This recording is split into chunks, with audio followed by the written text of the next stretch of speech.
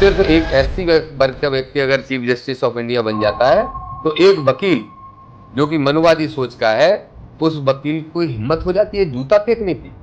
आप सनातनवादी हैं या अम्बेडकरवादी? मैं अम्बेडकरवादी हूँ 100%। सनातनवादी नहीं है। सनातन क्या होता है मुझे नहीं पता। बिना जाने जो मानता है वो ईश्वर को भी नहीं मानता। मैं तो ये कह रहा हूँ कि वो ईश्वर को भय और लालच से मान रहा है, जान के नहीं मान रहा है कि ईश्वर है कि नहीं। कि गीता की कसम खा के सरेआम झूठ बोला जाता है, सरेआम। रानी लक्ष्मीबाई का नाम तो हर जगह पढ़ लोगे, हम भी सम्मान करते हैं उनका, लेकिन आप कहीं झलकारी बाई को नहीं पढ़ पाओगे। उन्होंने भी तो आजादी के लिए अपने प्राण दिए।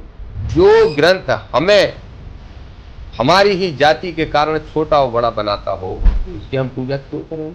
फिर बोले इंद्र, तो ऐसे कमजोर आदमी को या ऐसे लूज कैरेक्टर आदमी को देवताओं का अगर राजा कहा जाएगा तो उनको मैं देवता कैसे मानूंगा? काल्पनिक है भगवान श्री कृष्ण। मैं सभी को, मैंने बोला जितने भी देवी देवताओं के बारे में जिक्र होती है उनको मैं काल्पनिक मानता हूँ। 10 कदम ले जाके बोले बस भाई साहब हमारी रेंज है खत्म, इससे आगे दूसरों की रेंज चालू होती है। मैंने कहा किसकी? बोले ये दीक्षित जी, वो शुक्ला जी, वो मिश्रा जी। मैंने कहा ये कौन है? बोले वो जो एक प्रसाद लेके दे रहे हैं वो दीक्षित जी, जो प्रसाद को आगे बढ़ा के जहाँ तक पहुंचा रहे हैं, जिनके हाथ में जा रहा है, जो मंदिर में सामने परोस दे रहे हैं वो शुक्ला जी है, और जो प्रसाद लगा रहे हैं और वो पर्दा खोल रहे हैं और बंद कर रहे हैं वो मिश्रा जी। तो मैंने कहा तुम चौकीदार ही हो? बोले हाँ। मैंने कहा तुम तो कृष्ण के असली वंशज हो। आपका बच्चा 12 महीने में चाहे एक भी दिन ना पड़ा, शंकर जी के ऊपर जाके बेलपत्र चढ़ाया आना, इतने दिन पूजा कर लेना, आपका बच्चा फेल नहीं हो सकता, पास हो जाएगा। उसका खुद का बेटा फेल हो गया। कि आज भी अम्बेडकरवादी लोग समर्थन करने को सड़कों पर उतर पड़ते हैं, चाहे आह्वान बहन मायावती जी का हो, चाहे आह्वान आदरणीय एडवोकेट भाई चंद्रशेखर आजाद जी का हो। और तुमने जिसको शंकराचार्य मान लिया, पहले 4 शंकराचार्य ही आपस में लड़ते रहते, ये धर्म के 4 शंकराचार्य आपस में एक दूसरे की टांग खींचते रहते। वो कह रहा है शंकराचार्य बना देना चाहिए, ऐसे लोगों पर राष्ट्रद्रोह का मुकदमा होना चाहिए। इसके लिए भी आंदोलन करेंगे और ओबीसी को 13% होल्ड तत्काल हटाया जाए। मैं फिर कह रहा हूँ मोहन यादव जी, 13% होल्ड हटा दीजिए, नहीं तो फिर यादव का मुकाबला यादव से होगा। एक अम्बेडकरवादी यादव और दूसरा मनुवादी यादव, देखते हैं कौन जीतता है। नमस्कार, आपकी जन अदालत से मैं हूं राजा भैया पालो। मैं इस समय दतिया में हूं और आज दतिया में आज के पॉडकास्ट के हमारे स्पेशल गेस्ट हैं, एक ऐसी शख्सियत जो इस समय मध्य प्रदेश और उत्तर प्रदेश में किसी परिचय के मोहताज नहीं है। आज हमें नहीं बल्कि पूरा मध्य प्रदेश उनसे परिचित है। मैं बात कर रहा हूं आजाद समाज पार्टी के वरिष्ठ नेता और डीपीएसएस के राष्ट्रीय अध्यक्ष दामोदर यादव। आपकी जन अदालत इसके आज के खास एपिसोड में हमारे साथ जुड़ रहे हैं। बहुत बहुत स्वागत है आपका। बहुत बहुत धन्यवाद राजा भैया, और आपको बहुत सारी बधाइयाँ। जिस तरीके से आपके चैनल के व्यूअर्स बहुत तेजी से बढ़ रहे हैं, इससे ये सिद्ध होता है कि आप भी निष्पक्ष मीडिया की भूमिका बहुत तेजी के साथ अदा कर रहे हैं, और आपको बहुत बहुत धन्यवाद और बहुत शुभकामनाएं भविष्य के लिए। बहुत बहुत धन्यवाद। तो आज के इस एपिसोड का पहला सवाल, ये दामोदर यादव जो नाम आया है इस समय दतिया और पूरे प्रदेश में हलचल मचा रहा है, इसका उद्गम कहाँ से होता है? राजनीति में एंट्री इसकी कहाँ से होती है? देखिए, ये छात्र राजनीति से इसकी शुरुआत हुई। मैं राजनीतिक क्षेत्र में आने ही नहीं चाहता था जी। और मेरी रुचि तो थी, जैसे आमतौर पे पढ़ने वाले बच्चों की होती है कि हमारी गाड़ी पे बत्ती लगेगी, कलेक्टर बनेंगे, एसपी बनेंगे, इस तरह की सोच थी शुरू से। लेकिन एक एक्सीडेंटल मैं पॉलिटिक्स में आ गया। जब किसी के अंदर नेतृत्व करने की क्षमता हो, गुण हो, प्रकृति ने अगर दिए हो, तो वो छुपते नहीं, और जब भी कोई मौका मिलता है विद्रोह का तो विद्रोह करने वो निकल पड़ता है। जब मैं 12th में पढ़ता था उसी समय एकल प्रश्न पत्र प्रणाली लागू हुई थी। उसके पहले एक विषय के 2 पेपर हुआ करते थे। पढ़ने में हम लोग उतने ज़्यादा अच्छे नहीं थे, लेकिन जब भी स्कूल में कुछ समस्या होती थी तो सारे लोग इकट्ठे होकर आ जाते थे। तो मेरे मित्र लोग आ गए और उन्होंने कहा कि भाई साहब, ये एकल प्रश्न पत्र प्रणाली तो लागू नहीं होना चाहिए, हमें इसका विरोध करना चाहिए। तो मैंने कहा चलो चलते हैं। तो कलेक्टर को ज्ञापन देने निकल पड़े, और जब ज्ञापन देने निकले तो 200-300 लड़कों का हुजूम था। लेकिन एक टीआई था बहुत क्रूर यहाँ पे, जो बदनाम था बहुत बदतमीजियां करने के लिए। तो जब कोतवाली के सामने गुजर रहे थे, 3 किलोमीटर पैदल चल के आ गए ठंडी सड़क से, लेकिन जब कोतवाली के सामने गुजर रहे थे वो टीआई और 4 पुलिस वाले लाठी सड़क पे दिखाने लगे, और मैं तो उसी में जोश में उत्साह में चला जा रहा था। पलट के देखा तो 300 में से 50 भी नहीं बचे। और उसके बाद फिर भी मैं कलेक्टर के पास पहुंचा। कलेक्टर ने बाहर आके पूछा कि क्या मुद्दा है? हमने कहा ये मुद्दा है। बोले ज्ञापन? तो मैंने पूछा ज्ञापन क्या होता है, मैं जानते ही नहीं था। लेकिन फिर उन्होंने बताया, कलेक्टर ने सजेशन दिया और फिर हमने ज्ञापन दिया उसके विरोध में कि एक प्रश्न नहीं 2 ही पेपर होना चाहिए। लेकिन वो तो एक मुद्दा था जो एक बचपने में, या बोलते हैं आप छात्र जीवन की शुरुआत में इससे शुरुआत की। वहां पे एक घटनाक्रम होता है कि एक विद्यार्थी परिषद के कोई बड़े नेता आए हुए थे, संगठन मंत्री टाइप के, उनकी नज़र पड़ती है मेरे ऊपर, और उन्होंने पूछा कि यार ये नौजवानों का हुजूम कहाँ जा रहा है, छात्रों का, और इसका नेतृत्व कर रहा है, ये कौन है? तो किसी ने बताया कि मेरे ताऊजी का नाम लिया कि मनोहर सिंह जी के बेटे हैं, मनोहर सिंह जी के भतीजे हैं। तो फिर वो शाम को ही मेरे कक्ष पे पहुंच गए जहाँ मैं रहता था, और उन्होंने कहा कि आपको तो विद्यार्थी परिषद में नेतृत्व करना चाहिए। मैं बिल्कुल विचारधाराओं से अनभिज्ञ था, इसलिए मैं विद्यार्थी परिषद का हिस्सा बन गया और विद्यार्थी परिषद में काम भी करने लगा। और वहीं से चूंकि मेरे ताऊजी भारतीय जनता पार्टी के बड़े नेता रहे जिले के, तो मैं भारतीय जनता पार्टी में पदार्पण हो गया। लेकिन मेरा जो स्वभाव था कि अगर गलत हो रहा है तो उसका विरोध करना है, और जिसको जो हक मिलना चाहिए, वो मानसिकता से काम करता था। तो इसलिए भाजपा में काम तो काफी साल किया, 8 साल काम किया, लेकिन मेरे झगड़े जल्दी जल्दी होते रहे। और झगड़े क्यों होते रहे? मैंने कहा कि अगर मेरा हक, मैं सबसे पहले इतनी कच्ची उम्र का था और मंडल अध्यक्ष बन गया, मुझे युवा मोर्चा का मंडल अध्यक्ष बनाया जा रहा था। मैंने कहा मैन बॉडी का कैसे बनते हैं? बोले 2 महीने बाद चुनाव है, तब बन जाना। तो मैं चुनाव लड़ गया और बन गया भाजपा का मंडल अध्यक्ष, बहुत कच्ची सी उम्र में। उसके बाद विधानसभा का चुनाव आया तो मैंने दतिया से विधानसभा चुनाव मांगा, टिकट मांगा था, क्योंकि स्योड़ा में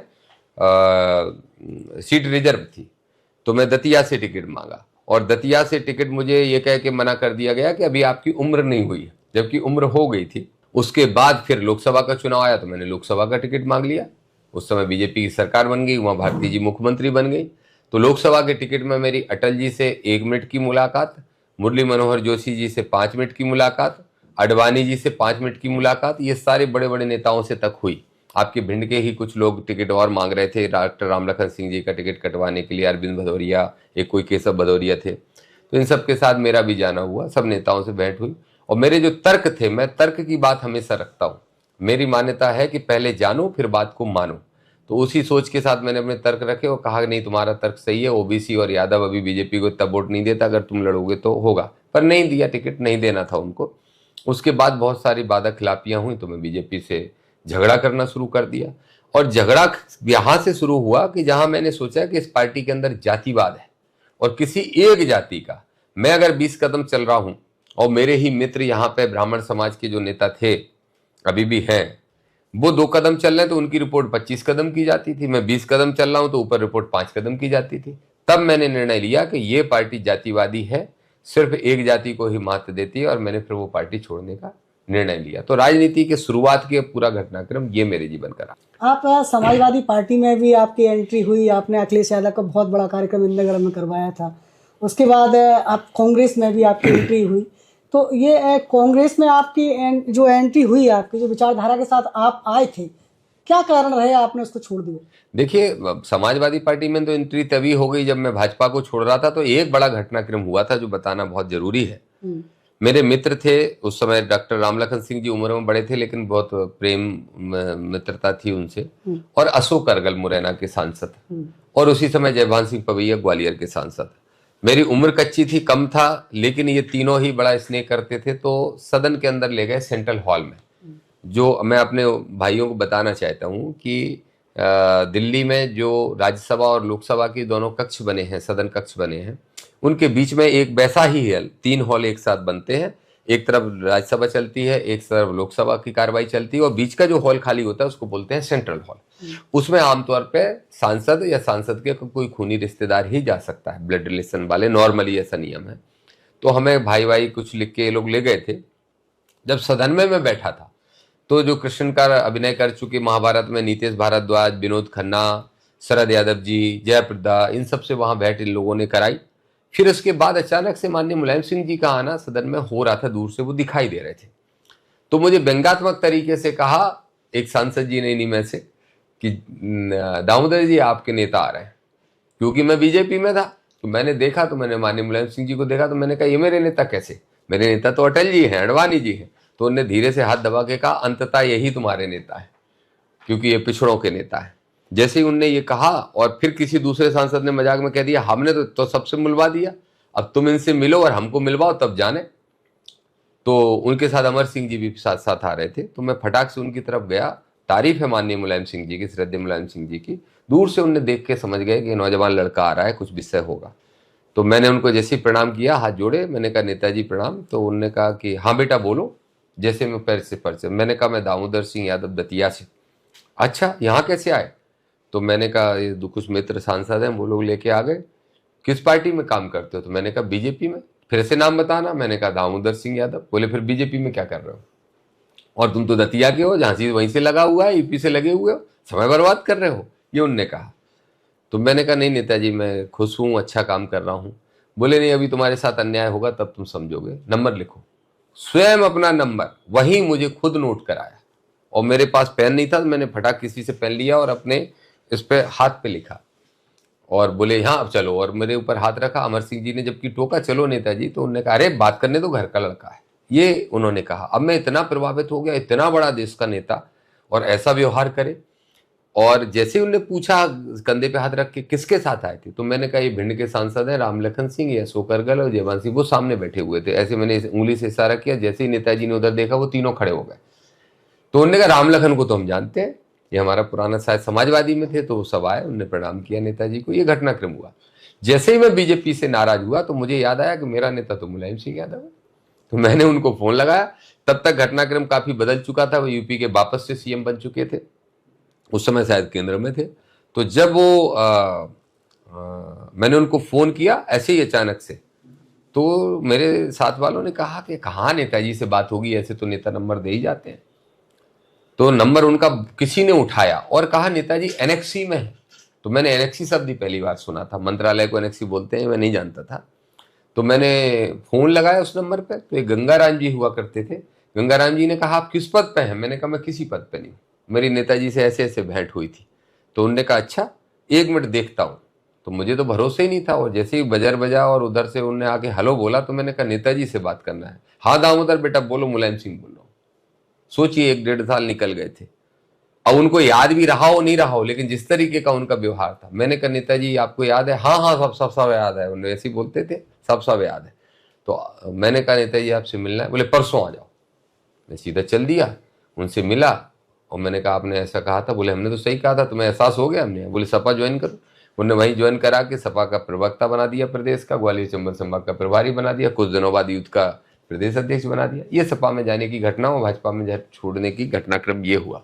देखिए, मैं भाजपा और कांग्रेस में किसी में काम नहीं करना चाहता था, लेकिन समाजवादी तब छोड़ी जब नेताजी ने मेरी क्षमताएं देख ली। मध्य प्रदेश में 8-8 विधायक बन गए, 8-8 समाजवादी पार्टी के विधायक 7 बने, और एक तो उपचुनाव मैं ही जिता के लाया था, जिसमें मुझे इंचार्ज ही बनाया था उनने। तो 8 एमएलए बनते हैं, वो भी बाई इलेक्शन जिता के लाते हैं। उसके बाद जब इलेक्शन होता है तो समझ में मुझे आता है कि नेताजी हो या आदरणीय अखिलेश जी हो, किसी का इंटरेस्ट मध्य प्रदेश के लिए है नहीं। और ये बात मैं बोल बोल के पीड़ित हो गया। मैं बहुत स्नेह नेताजी का मुझे मिलता था, अखिलेश जी का भी बहुत प्रेम मिला, लेकिन जब मैं ये समझ गया कि उनका मध्य प्रदेश की राजनीति में रुचि नहीं है, तब हमें दूसरा घर तलाशना पड़ा। और फिर मैंने तय किया और राहुल गांधी जी को चिट्ठी लिखी। एक और घटनाक्रम बहुत इंपॉर्टेंट है। राहुल गांधी जी की सरकार थी, और कहीं टीवी पे देखा, कहीं न्यूज चैनल पे देखा, कहीं उसमें देखा पेपर में कि राहुल गांधी जी बहुत सहजता से मिलते हैं, उनसे संपर्क करना, इस पे मेल कर दो या ऐसे एड्रेस पे चिट्ठी लिख दो, वो खुद उनको मिल जाती है। लिख दी चिट्ठी बैठे ही बैठे कि मैं कमलनाथ दिग्विजय सिंधिया कांग्रेस में काम नहीं करूंगा, मैं ऐसे पद पे हूं सपा में, और मैं आपकी कांग्रेस में काम करूंगा, लेकिन इन शर्तों पे करना चाहता हूं। अगर आप इंटरेस्टेड हो तो मुझे आमंत्रित कर लें, बुला लें। तीसरे या चौथे दिन ही उनके कार्यालय से किसी मैडम का फोन आ जाता है। तो उन्होंने कहा आप राहुल जी से मिलना चाहती हैं? मैंने कहा मैं नहीं मिलना चाहता।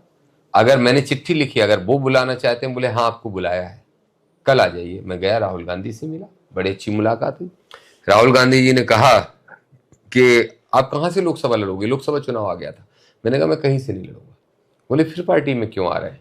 मैंने कहा सिर्फ लोकसभा सांसद बनना या विधायक बनना भर राजनीति में मकसद थोड़ी होता है, व्यवस्था परिवर्तन मकसद होता है, लोगों की सोच बदलना, लोगों को न्याय दिलाना। वो बड़े प्रभावित हुए। वो हमसे बोले कि क्या आप मेरे साथ यूपी में भी काम करोगे? मैंने कहा मैं तो पाकिस्तान में भी करूंगा, अगर आ जाऊंगा तो। आऊंगा कि नहीं वो इस पर डिसाइड करेगा कि मुझे मध्य प्रदेश में रिपोर्टिंग ना करनी पड़े। तो बोले इसमें तो कोई दिक्कत ही नहीं। उन्होंने तुरंत अपने राष्ट्रीय 2 नेताओं को जिम्मेदारी दी और फिर निकल पड़े। तो उसके बाद ये घटनाक्रम हुआ कि वो नेता पीछे पड़ गए। सिंधिया जी के यहाँ से कांग्रेस चलती थी, वो भी पीछे पड़ गए कि मैं ना आऊँ कांग्रेस में, तो मैं नहीं आया। काफिला कुछ दिन आगे बढ़ता रहा, ये सिलसिला चलता रहा। फिर उसके 4-5 साल बाद फिर कांग्रेस में मेरा आना हुआ। जी जी एक बड़ा सवाल आपसे करना चाहेंगे, जिस तरीके से अभी हाल ही में बहन मायावती जी की रैली में लगभग 5 लाख लोगों ने एंट्री की, लगभग बहुत बड़ा जलसा वहाँ देखने को मिला है। आज जिस तरीके से जो लगातार बाबा साहब भीमराव अम्बेडकर पर जो उंगली उठाई जा रही है, आज देखा जाए तो सही मायने में आपके हिसाब से अखिलेश यादव या मायावती अम्बेडकर मिशन को आगे बढ़ा रहे हैं, क्या लग रहा है आपको, या फुल स्विंग हो रही है जी? देखिए, मैं समझता हूं कि सब अपने अपने स्तर पे आगे बढ़ा रहे हैं। आदरणीय अखिलेश जी की बात करें, आदरणीय बहन जी की बात करें, और मैं तो कहूँगा कि भाई चंद्रशेखर आज़ाद जी की भी बात करनी चाहिए, क्योंकि वो कांसीराम जी के सही उत्तराधिकारी मुझे तो नज़र आ रहे हैं और इस देश के नौजवानों को भी नज़र आ रहे हैं। और एक और प्रखर नेता हैं स्वामी प्रसाद मौर्य साहब, जो विचार के प्रति बहुत कट्टर हैं, मैं उनका बहुत सम्मान करता हूं। वो वोट की राजनीति के चक्कर में डबल बात नहीं करते कभी भी। और जहां तक बात बरैया जी की है, तो बरैया जी ने निश्चित रूप से मिशन खड़ा किया था मध्य प्रदेश में, और मैं स्वयं इस बात को स्वीकार करता हूं कि फूल सिंह बरैया के द्वारा ही मुझे सामाजिक न्याय की लड़ाई का पाठ पढ़ाया गया था। शुरू में पाठशाला की गई थी, लेकिन आज चूंकि बरैया जी ने जिनके लिए कस्में खाई थी, अपने सिर से जो उन्होंने पट्टा बांध रखा है, तो मुझे पता है कि वो पट्टा उन्होंने इसके लिए बांधा था, इस कसम और इस वादे के साथ बांधा था कि मैं इस मध्य प्रदेश से सामंतशाही दिग्विजय सिंह को खत्म कर दूंगा। और आज वो दिग्विजय सिंह, जब तक दिग्विजय सिंह को राजनीति में धूल में नहीं मिला देता, तब तक ये सिर से पट्टा नहीं उतारूंगा। इसीलिए आज तक उन्होंने पट्टा नहीं उतारा, क्योंकि आजकल वो दिग्विजय सिंह जी के साथ ही बैठे। तो जहां तक इस मिशन की बात है, मुझे तो लगता है हमारा दलित पिछड़ा समाज संगठन कांसीराम साहब की सोच को, बाबा साहब की सोच को आगे बढ़ाने का काम कर रहा है।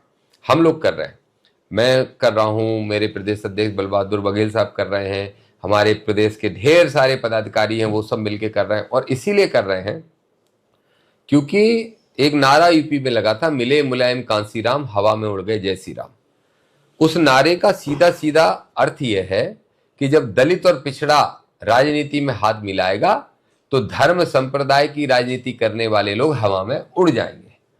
तो मैं ये मानता हूं कि चाहे बहन मायावती जी हो और चाहे अखिलेश यादव जी हो, चाहे हमारे भाई सांसद जी चंद्रशेखर आजाद जी हो, जब तक ये दोनों ही वर्ग के नेता अलग अलग राजनीति करते रहेंगे, हाथ नहीं मिलाएंगे, तब तक ये मनुवादी और सामंतवादियों को हटाने का सिर्फ सपना भर देखते रहेंगे। ये बहुत जरूरी है कि SC, ST और OBC एक मुट्ठी बंद के एक साथ आए, और ये तब संभव है क्योंकि सभी वर्गों के बीच में इतनी बड़ी खाई है। कल्चरल देखेंगे, किसी भी विचार से देखेंगे, तो जब तक ये तीनों के बड़े चेहरे एक साथ आके काम नहीं करेंगे, तब तक कुछ बड़ा होने वाला नहीं है। लेकिन आपने पूछा इस मिशन को कौन आगे बढ़ा रहे हैं, तो हम लोग आगे बढ़ा रहे हैं, और अपनी अपनी जगह सब बढ़ा रहे हैं। भाई चंद्रशेखर आजाद जी तो बहुत प्रयास कर ही रहे हैं, लेकिन उनके साथ साथ मैं बहन जी को भी इस मामले में ये नहीं मानता कि वो नहीं कर रही। और अखिलेश यादव जी ने PDA का जो नारा दिया, ये वही वाले विषय है जिसमें कांसीराम साहब और मुलायम सिंह जी मिले थे। तो मिले मुलायम कांसीराम वाला प्रयास है ये, लेकिन ये प्रयास सफल तब होगा जब आप SC के भी बड़े लीडर को बराबरी पे खड़ा करोगे। ऐसे सफल नहीं हो सकता। और अखिलेश जी अच्छा प्रयास कर रहे हैं, इसके लिए मैं उनको धन्यवाद देता हूं। लेकिन सवाल वहां फिर खड़े होना शुरू हो जाते हैं जब PDA का नारा देने वाले आदरणीय अखिलेश यादव जी, जिनका मैं बहुत सम्मान करता हूं, मेरे बड़े भाई जैसे हैं, थोड़े ही बड़े हैं मुझसे उम्र में, लेकिन मैंने बहुत लंबे सफर उनके साथ तय किए हैं। और लेकिन तब जब आप नेता प्रतिपक्ष बनाने की बात आती है, तो आप PDA के व्यक्ति को नहीं बनाते, तो फिर सवाल खड़े होते हैं। मैं समझता हूं कि अखिलेश जी सही दिशा में काम कर रहे हैं, और सही तब रहेगा जब चंद्रशेखर आजाद जी और वो मिलकर काम करें, तो उत्तर प्रदेश की तस्वीर बदलेगी, वो उत्तर प्रदेश की बदलेगी तो देश की भी बदलेगी। तो आज ये स्थिति देखिए, कल जो 5 लाख लोगों की रैली का आप जिक्र कर रहे हैं, कल हुई है रैली, देख के मुझे बड़ी खुशी हुई कि आज भी अम्बेडकरवादी लोग समर्थन करने को सड़कों पर उतर पड़ते हैं, चाहे आह्वान बहन मायावती जी का हो, चाहे आह्वान आदरणीय एडवोकेट भाई चंद्रशेखर आजाद जी का हो। लेकिन फिर जब मैंने बहन जी का भाषण सुना, तो बहुत निराशा हुई, बहुत निराशा हुई। और निराशा इस बात से हुई कि CJI, chief justice of India पे सिर्फ जातिगत मानसिकता के कारण चीफ जस्टिस ऑफ इंडिया से बड़ा कौन होता है? सिर्फ एक एससी वर्ग का व्यक्ति अगर चीफ जस्टिस ऑफ इंडिया बन जाता है तो एक वकील जो कि मनुवादी सोच का है, उस वकील को हिम्मत हो जाती है जूता फेंकने की। तब भी बहन जी को लग रहा है कि नहीं, उस विचारधारा में कोई खराबी नहीं। एक अभी बरेली में ही दलित की हत्या कर दी जाती है। पूरे देश में दलितों पर अत्याचार का कितना संख्या बढ़ जाती है। उत्तर प्रदेश में कितने दलितों पर अत्याचार होते हैं, उसके बाद बहन जी कह रही हम आभारी हैं उस सरकार के। ये बड़े आश्चर्य की बात है। मैं एक बात जरूर कहना चाहता हूं, एक अम्बेडकरवादी और एक संविधानवादी होने के नाते कोई नेता किसी गलतफहमी में ना रहे। बड़ा से बड़ा राष्ट्रीय नेता हो, प्रदेश का नेता हो, किसी गलतफहमी में नहीं रहे। उन नेताओं को यह सोचना चाहिए, वो कोई भी अम्बेडकरवादी नेता हो, अगर वो इस गलतफहमी में है कि सामंतवादी सोच से लड़ते, मनुवादी सोच से लड़ते, तुम्हें जिनने भगवान मान लिया अपना, तो तुम कुछ भी कहोगे तो वो मान जाएंगे आपके फॉलोवर्स। नहीं, ये कांसीराम की जगाई हुई सेना, ये बाबा साहब के प्रयासों की सेना, ये महात्मा फुले, ये स्वामी रामा पेरियार और ये महापुरुषों के संघर्ष की सेना है। ये जाग चुकी है, समझ चुकी है कि कहां राजनीतिक समझौते हो रहे हैं, और राजनीतिक समझौते होंगे तो 1 मिनट में साथ दे के अपने मिशन, अपने संविधान को बढ़ाने के लिए यादव जी, तो आप ये कहना चाह रहे हैं कि जो कल की रैली हुई बहन मायावती जी की, जिस तरीके से 5 लाख लोगों की संख्या हुई, इसके पीछे कहीं ना कहीं भारतीय जनता पार्टी का हाथ है, सरकार का हाथ है? जो बयान उनके पूर्व मंत्री जी का आ रहा है उसी से स्पष्ट हो जाता है। आप नसीमुद्दीन सिद्दीकी साहब का बयान देख लीजिए, और भी नेताओं के बयान देख लीजिए, और किसी का बयान देखने की जरूरत नहीं है। बाबा साहब और कांसीराम साहब की लड़ाई तो मनुवाद के खिलाफ थी ना। तो मनुवादी विचारधारा और सामंतवादी विचारधारा वाली सरकार की अगर आप तारीफ करोगे या उनका आभार व्यक्त करोगे, और आपके कॉम्पिटिटर होने के नाते दूसरे दल के जो पीडीए की बात कर रहे हैं उनकी आलोचना करोगे, तो फिर क्या मैसेज जाएगा? निश्चित रूप से यही मैसेज जाएगा। तो मैं यही मानता हूं कहीं ना कहीं मायावती जी जो है भाजपा सरकार के दबाव में काम कर रही हैं। देखिए बहन जी को तो मैं एक ही बात कहता हूं, मैं बहुत ही श्रद्धेय मानता हूं उनको, क्योंकि एक दलित वर्ग से निकल के एक महिला इस मध्य प्रदेश, इस देश के सबसे बड़े प्रदेश की जब 4-5 बार मुख्यमंत्री बन जाए तो उनसे बड़ा लीडर कौन हो सकता है? और जिसकी आवाज पे देश में करोड़ों वोट इधर से उधर पड़ जाए, उनसे बड़ा कौन हो सकता है? क्या कारण है कि जो दल कभी 250 सीटें लाया हो, वो दल 1 सीट पे सीमित हो गया? कहीं ना कहीं हम लोगों के अंदर, हमारी विचारधारा के वोटरों और समर्थकों के अंदर विश्वास की कमी आई। और विश्वास की कमी कैसे आई? जब से ये सरकार बनी है भाजपा की, तब से बहन जी के स्टेटमेंट देखिए धीरे धीरे बदलते बदलते यहां तक आ गया कि अब उनकी खुलेआम तारीफ करनी पड़ रही है। तो कहीं ना कहीं यहाँ समाजवादी कमजोर करने के लिए मायावती जी का साथ दिया जा रहा है क्या? नहीं, मैं इसमें समाजवादी, देखिए मैं समाजवादी का समर्थक नहीं हूं, और मैं स्पष्ट ये कहूंगा कि अगर इस देश को आज कोई भी वादी, देखिए बहुत सारी विचारधाराएं चलती थी। मनुवाद एक विचारधारा शुरू से है, सामंतवाद एक विचारधारा शुरू से है, कम्युनिस्ट एक विचारधारा शुरू से है, समाजवादी एक विचारधारा शुरू से है, और अम्बेडकरवादी एक विचारधारा शुरू से है जब से देश आजाद हुआ। लेकिन आज की तारीख में मनुवाद का कोई मुकाबला कर रहा है, कोई लड़ रहा है, तो वो सिर्फ और सिर्फ अम्बेडकरवादी विचारधारा है। और अम्बेडकरवादी विचारधारा का सबसे बड़ा चेहरा अगर मनुवाद के सरकार की तारीफ करे तो यही माना जाएगा कि आप किसी न किसी तरह के प्रेशर में हो, क्योंकि और किसी तरह का लालच तो आपको हो नहीं सकता। बहुजनों ने सब कुछ दे दिया आपको जीवन में, तो किसी न किसी तरह के प्रेशर में हो, और उसके कारण आप अपने कॉम्पिटिटर को नुकसान पहुंचाने का काम कर रहे हो। जी, आप सनातनवादी हैं या अम्बेडकरवादी हैं? मैं अम्बेडकरवादी हूं 100%। सनातनवादी नहीं है आप? सनातन क्या होता है मुझे नहीं पता। मैं तो ये मानता हूं कि मैं इतिहास जो इस देश का है, जिसमें भी बेईमानी की गई है, कुछ इतिहासकारों ने भी जाति के हिसाब से लोगों की तारीफें और आलोचनाएं लिखी हैं, और जिन्होंने इस देश को गढ़ने में और बढ़ने में बड़ी भूमिका निभाई है, उनको आप कहीं भी पाठ्यक्रम में नहीं पढ़ोगे। आप कहीं रानी लक्ष्मीबाई का नाम तो हर जगह पढ़ लोगे, हम भी सम्मान करते हैं उनका, लेकिन आप कहीं झलकारी बाई को नहीं पढ़ पाओगे। उन्होंने भी तो आजादी के लिए अपने प्राण दिए। और आप कभी अवंतीबाई लोधी को नहीं पढ़ पाओगे, उन्होंने भी आजादी के लिए अपने प्राण दिए। आप किसी भी ऐसे दलित महापुरुष के बारे में नहीं पढ़ पाओगे जिन्होंने आजादी के, किसी मुसलमान के बारे में नहीं पढ़ पाओगे। और इसी तरीके से मैं ये मानता हूं कि लेकिन फिर भी इतिहास के पन्नों में जो लिखा है उस पर कम या ज्यादा भरोसा जरूर किया जा सकता है, लेकिन जो काल्पनिक बातें हैं उन पे मैं भरोसा नहीं करता। मैं तथागत गौतम बुद्ध की इस बात में बिलीव करता हूं कि पहले जानो फिर मानो। बिना जाने जो मानता है वो ईश्वर को भी नहीं मानता। मैं तो ये कह रहा हूं कि वो ईश्वर को भय और लालच से मान रहा है। जान के नहीं मान रहा है कि ईश्वर है कि नहीं है, ये धर्म फलाना धर्म ढिकाना धर्म है कि नहीं या झूठा आडंबर है। वो सिर्फ इसलिए मान रहा है कि हे भगवान, हमारा बच्चे की नौकरी लग जाए तो हम 5,000 का प्रसाद चढ़ाएंगे। हे वो ईश्वर, हमारे बच्चा अस्पताल में भर्ती है, ठीक हो जाए तो हम भागवत करा देंगे। तो जो स्वार्थ के कारण, जो भय के कारण, जो लालच के कारण ईश्वर को मानता है, ना वो ईश्वर असली है, ना वो भक्त असली है। आप यदुवंशी हैं, जी मानते हैं जी। भगवान श्री कृष्ण के वंशज हैं आप? देखिए, भगवान श्री कृष्ण वंशज भी एक काल्पनिक कथा है, और भगवान श्री कृष्ण वंशज को या भगवान श्री राम को हमारे देश में हमने तो क्या, हमारी पीढ़ियों ने माना है, और हमारी पीढ़ियों ने ही हमें ये सिखाया कि हमें इनको मानना है। उस नाते हम उनको मानते और पढ़ते चले आए हैं। लेकिन कुछ सालों से जब मैंने ये देखा कि ये जो कथाएं लिखी गई हैं, इन कथाओं पे पूरा आधिपत्य एक जाति वर्ग का है, एक जाति विशेष का है, और वो जब चाहे तब उन कथाओं को अपने हिसाब से संशोधित कर देते हैं। और अगर उन कथाओं को पढ़ने का काम उस जाति के अलावा यादव, गुर्जर, दांगी, रावत, पार, कुर्मी कोई भी करे, लोधी, कुशवा, ये आपका साहू, केवट, कोई भी करे तो उनको अपमानित किया जाता है। तो जब इस तरह की क्रिया होती है तो उस पर प्रतिक्रियावादी भाव हमारा यही आता है कि फिर हमें सिर्फ संविधानवादी रहना है, ना हमें रामवादी रहना है, ना कृष्णवादी रहना है।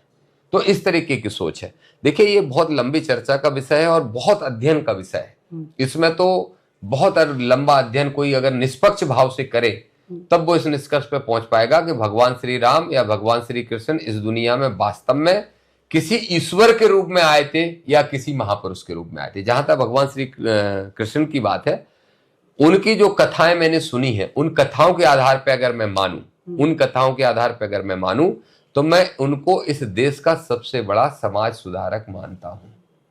क्योंकि उनका जो जीवन है और दूसरे अवतारों का जो जीवन बताया गया, वो तो ये बताया गया कि उनके निजी स्वार्थ में उन्होंने कुछ किया।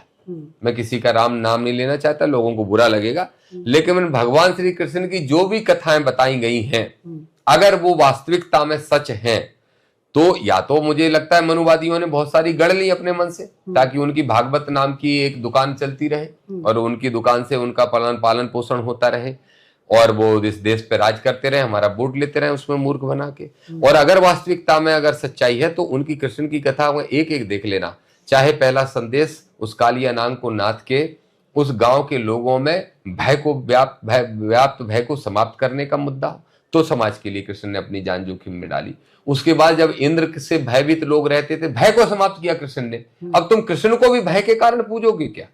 अगर पूजना है तो आस्था के कारण पूजो, ये मेरी लड़ाई है। अगर वो कथा पे भी आप जाओगे तो गोवर्धन पर्वत अगर उन्होंने उठाने का काम किया तो जाति धर्म को वर्ग को देख के नहीं उठाया, इवन जानवरों को तक उसमें संरक्षण मिला, गाय को और इनको सबको संरक्षण मिला। तो फिर वो भी उन्होंने संदेश दिया कि इंद्र का घमंड तोड़ा, और अगर उन्हीं कथाओं को मान ले तो ये सब घटनाक्रम भी कृष्ण ने दूसरे के लिए किया।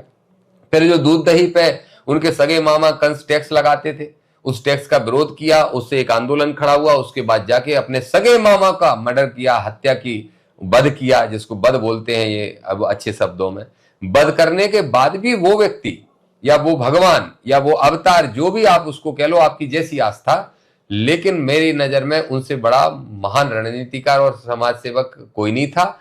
अगर उनका अस्तित्व कथाओं के अनुसार माने तो उन्होंने अपने मामा का वध करने के बाद भी खुद राजपाट पर नहीं बैठे, दूसरे को राज देके चले गए। दूसरे देवताओं की हम बात करते हैं, वो तो अपने राजपाट के लिए लड़ते रहे और राजनीतिक षड्यंत्रों के लिए लड़ते रहे।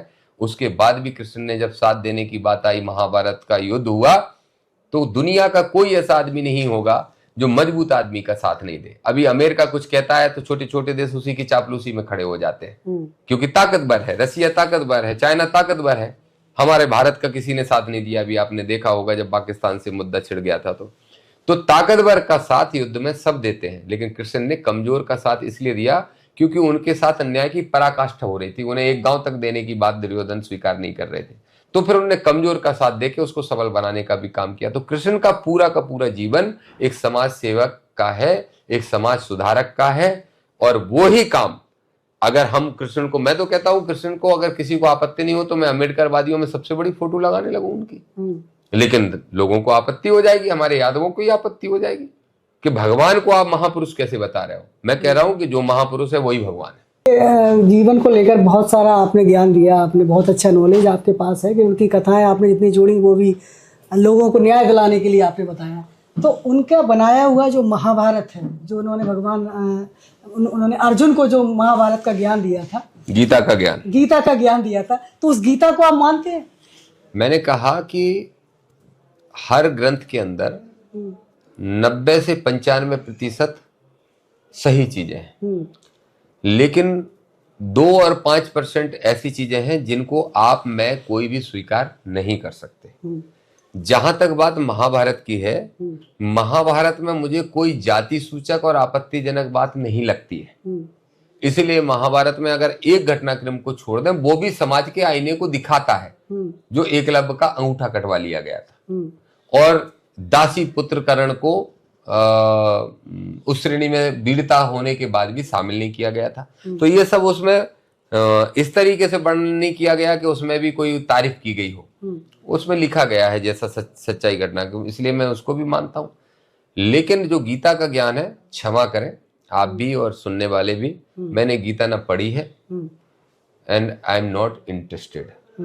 बेहतर होगा मैं अध्ययन कर लूं भारतीय संविधान का, हमारे कानून का, और अपने लोगों को हक दिला सकूं, तो मैं उस रास्ते पे चलना पसंद करूंगा जो हमारे महापुरुषों ने, या जिनको ईश्वर हम मानते आए हैं 25 साल 30 साल तक, उन्होंने जो रास्ता दिखाया उस पर चलना पसंद करेंगे। और मैं ये मानता हूं, फिर मैं कह रहा हूं कि कर्ण के साथ जो घटनाक्रम हुआ और एकलव्य के साथ हुआ, वो आज ना हो, इसके लिए हम संघर्ष करें तो हमारा भी नाम इतिहास के पन्नों में दर्ज होगा। गीता को पवित्र ग्रंथ मानते या नहीं मानते आप? मैंने गीता को पढ़ा ही नहीं, इसलिए उसके बारे में मैं कुछ नहीं कह पाऊंगा। वास्तव में एक श्लोक, जब आप अदालत में जाते हैं तो गीता पे हाथ रखकर कसम खाई जाती है कि जो भी कहूंगा सच कहूंगा। जब अदालत और वहाँ संविधान कानून इस बात की मान्यता देता है कि गीता एक पवित्र है। नहीं, इसका कहीं भी जिक्र संविधान में नहीं है कि गीता की कसम खिलाई जाए, इसका तो कहीं भी जिक्र नहीं है। अदालत में क्यों खिलाई जाती है? नहीं खिलाई जाती, अदालत में भी कोई गीता की कसम नहीं खिलाई जाती। ये सिर्फ फिल्मों में दिखाया जाता है। और अगर अदालत में गीता की कसम खिलाई जाती है तो इससे बड़ा गीता का कोई अपमान ही नहीं है। अगर इस देश में सबसे ज्यादा गीता को ही महत्व दिया गया है पवित्र ग्रंथ के रूप में, तो सब जानते हैं कि गीता की कसम खा के सरेआम झूठ बोला जाता है, सरेआम। तो फिर उस गीता की कसम ही क्यों ना खाओ, ऐसी गीता की कसम। अगर गीता वास्तव में अच्छे ग्रंथ है और पूरा इस देश का 100 करोड़ हिंदू इस बात को मानता है, तथाकथित हिंदू या सनातनी जो भी वे कह लो, तो फिर उनको ये सोचना चाहिए कि अपने ग्रंथ का ऐसा अपमान क्यों? क्या अदालत में सरेआम झूठ नहीं बोला जाता? क्या दोषियों को निर्दोष और निर्दोष को दोषी सिद्ध नहीं कर दिया जाता उसी गीता की कसम खा के, अगर चलता है तो? वैसे तो मैंने फिल्मों में देखा है, मैं जब भी गया हूं तो मैंने आज तक नहीं देखा। मेरे ऊपर तो ढेर केस लगते रहते हैं, किसानों के आंदोलनों के, गरीबों के हक की लड़ाई लड़ते ही रहते हैं। मुझे तो वांटेड ही करके रखती है ये सरकार है, लेकिन मुझे कभी किसी जज ने गीता की कसम आज तक नहीं खवाई। अगर खवाता, हाँ, एक बात बहुत अच्छी आपने याद दिला दी, 2023 में मैं इस बात में भूल गया था, जब ये शपथ दिलाते हैं चुनावी पर्चा भरते वक्त, तब वो कहते हैं मैं ईश्वर की शपथ लेता हूं कि ये फलाना फलाना का पालन करूंगा, तो मैं भूल गया था। उसमें ये ऑप्शन होता है, मुझे पता नहीं था कि आप ईश्वर की जगह संविधान कह सकते हो। अब आगे जब मैं पर्चा भरूंगा या मेरे साथी भरेंगे, सबसे अपील करूंगा कि संविधान की कसम खाओ, क्योंकि संविधान ही सबसे बड़ा है। ईश्वर को नहीं मानते आप?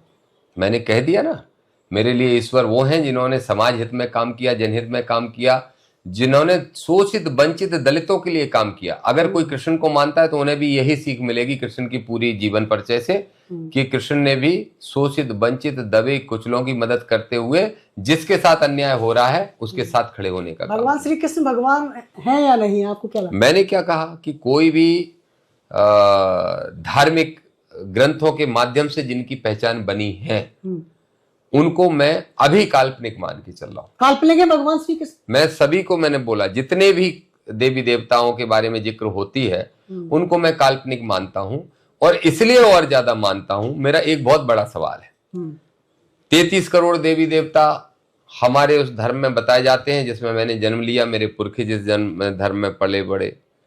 अब 33 करोड़ देवी देवता हो सकते हैं क्या? और अगर 33 करोड़ देवी देवता हैं तो इस देश की आबादी शुरू से ही कितने करोड़ से शुरू हुई? तो इसका मतलब एक एक इंसान पे तीन देवता तो पहले ही बैठे थे शुरू से, क्योंकि 33 करोड़ तो फिर शुरू से ही होंगे, पहली चीज। और 33 करोड़ देवी देवता इतने कमजोर हैं कि सिर्फ हिंदुस्तान में फैल के रह गए।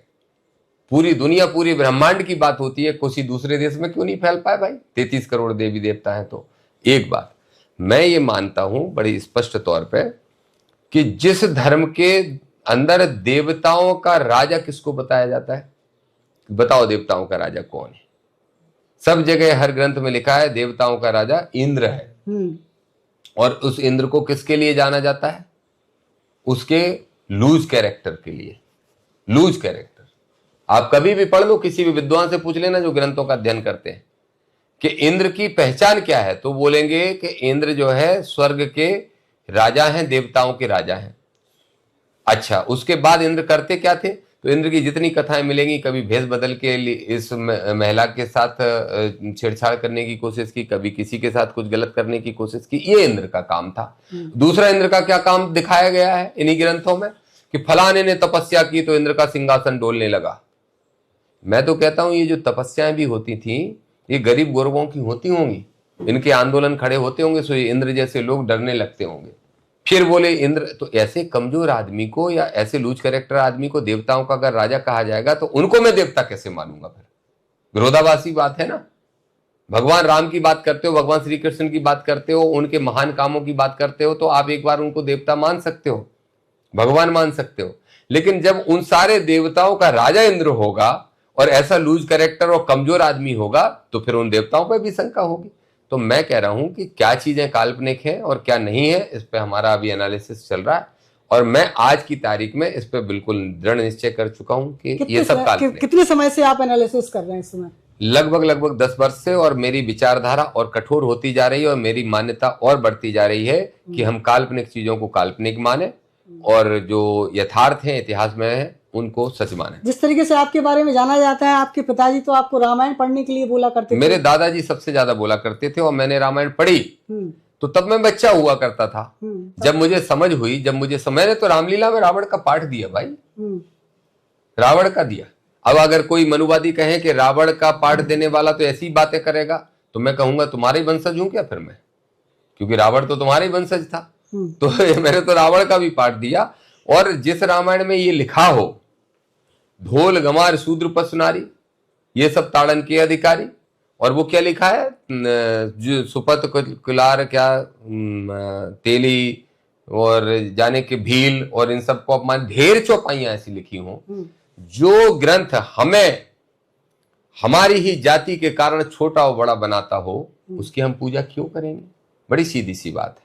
हाँ, मैं एक चीज बताना भूल गया था, महाभारत में कहीं भी जाति सूचक बातें नहीं आई हैं, लेकिन रामायण में जो तुलसीदास ने लिखी है उसमें ढेर जाति सूचक अपमानित करने वाली बातें आई हैं। एक जाति कैसे श्रेष्ठ है और दूसरी जाति कैसे निकृष्ट है ये दिखाने की उनने भरसक प्रयास बेवकूफी की है, मैं ये मानता हूं।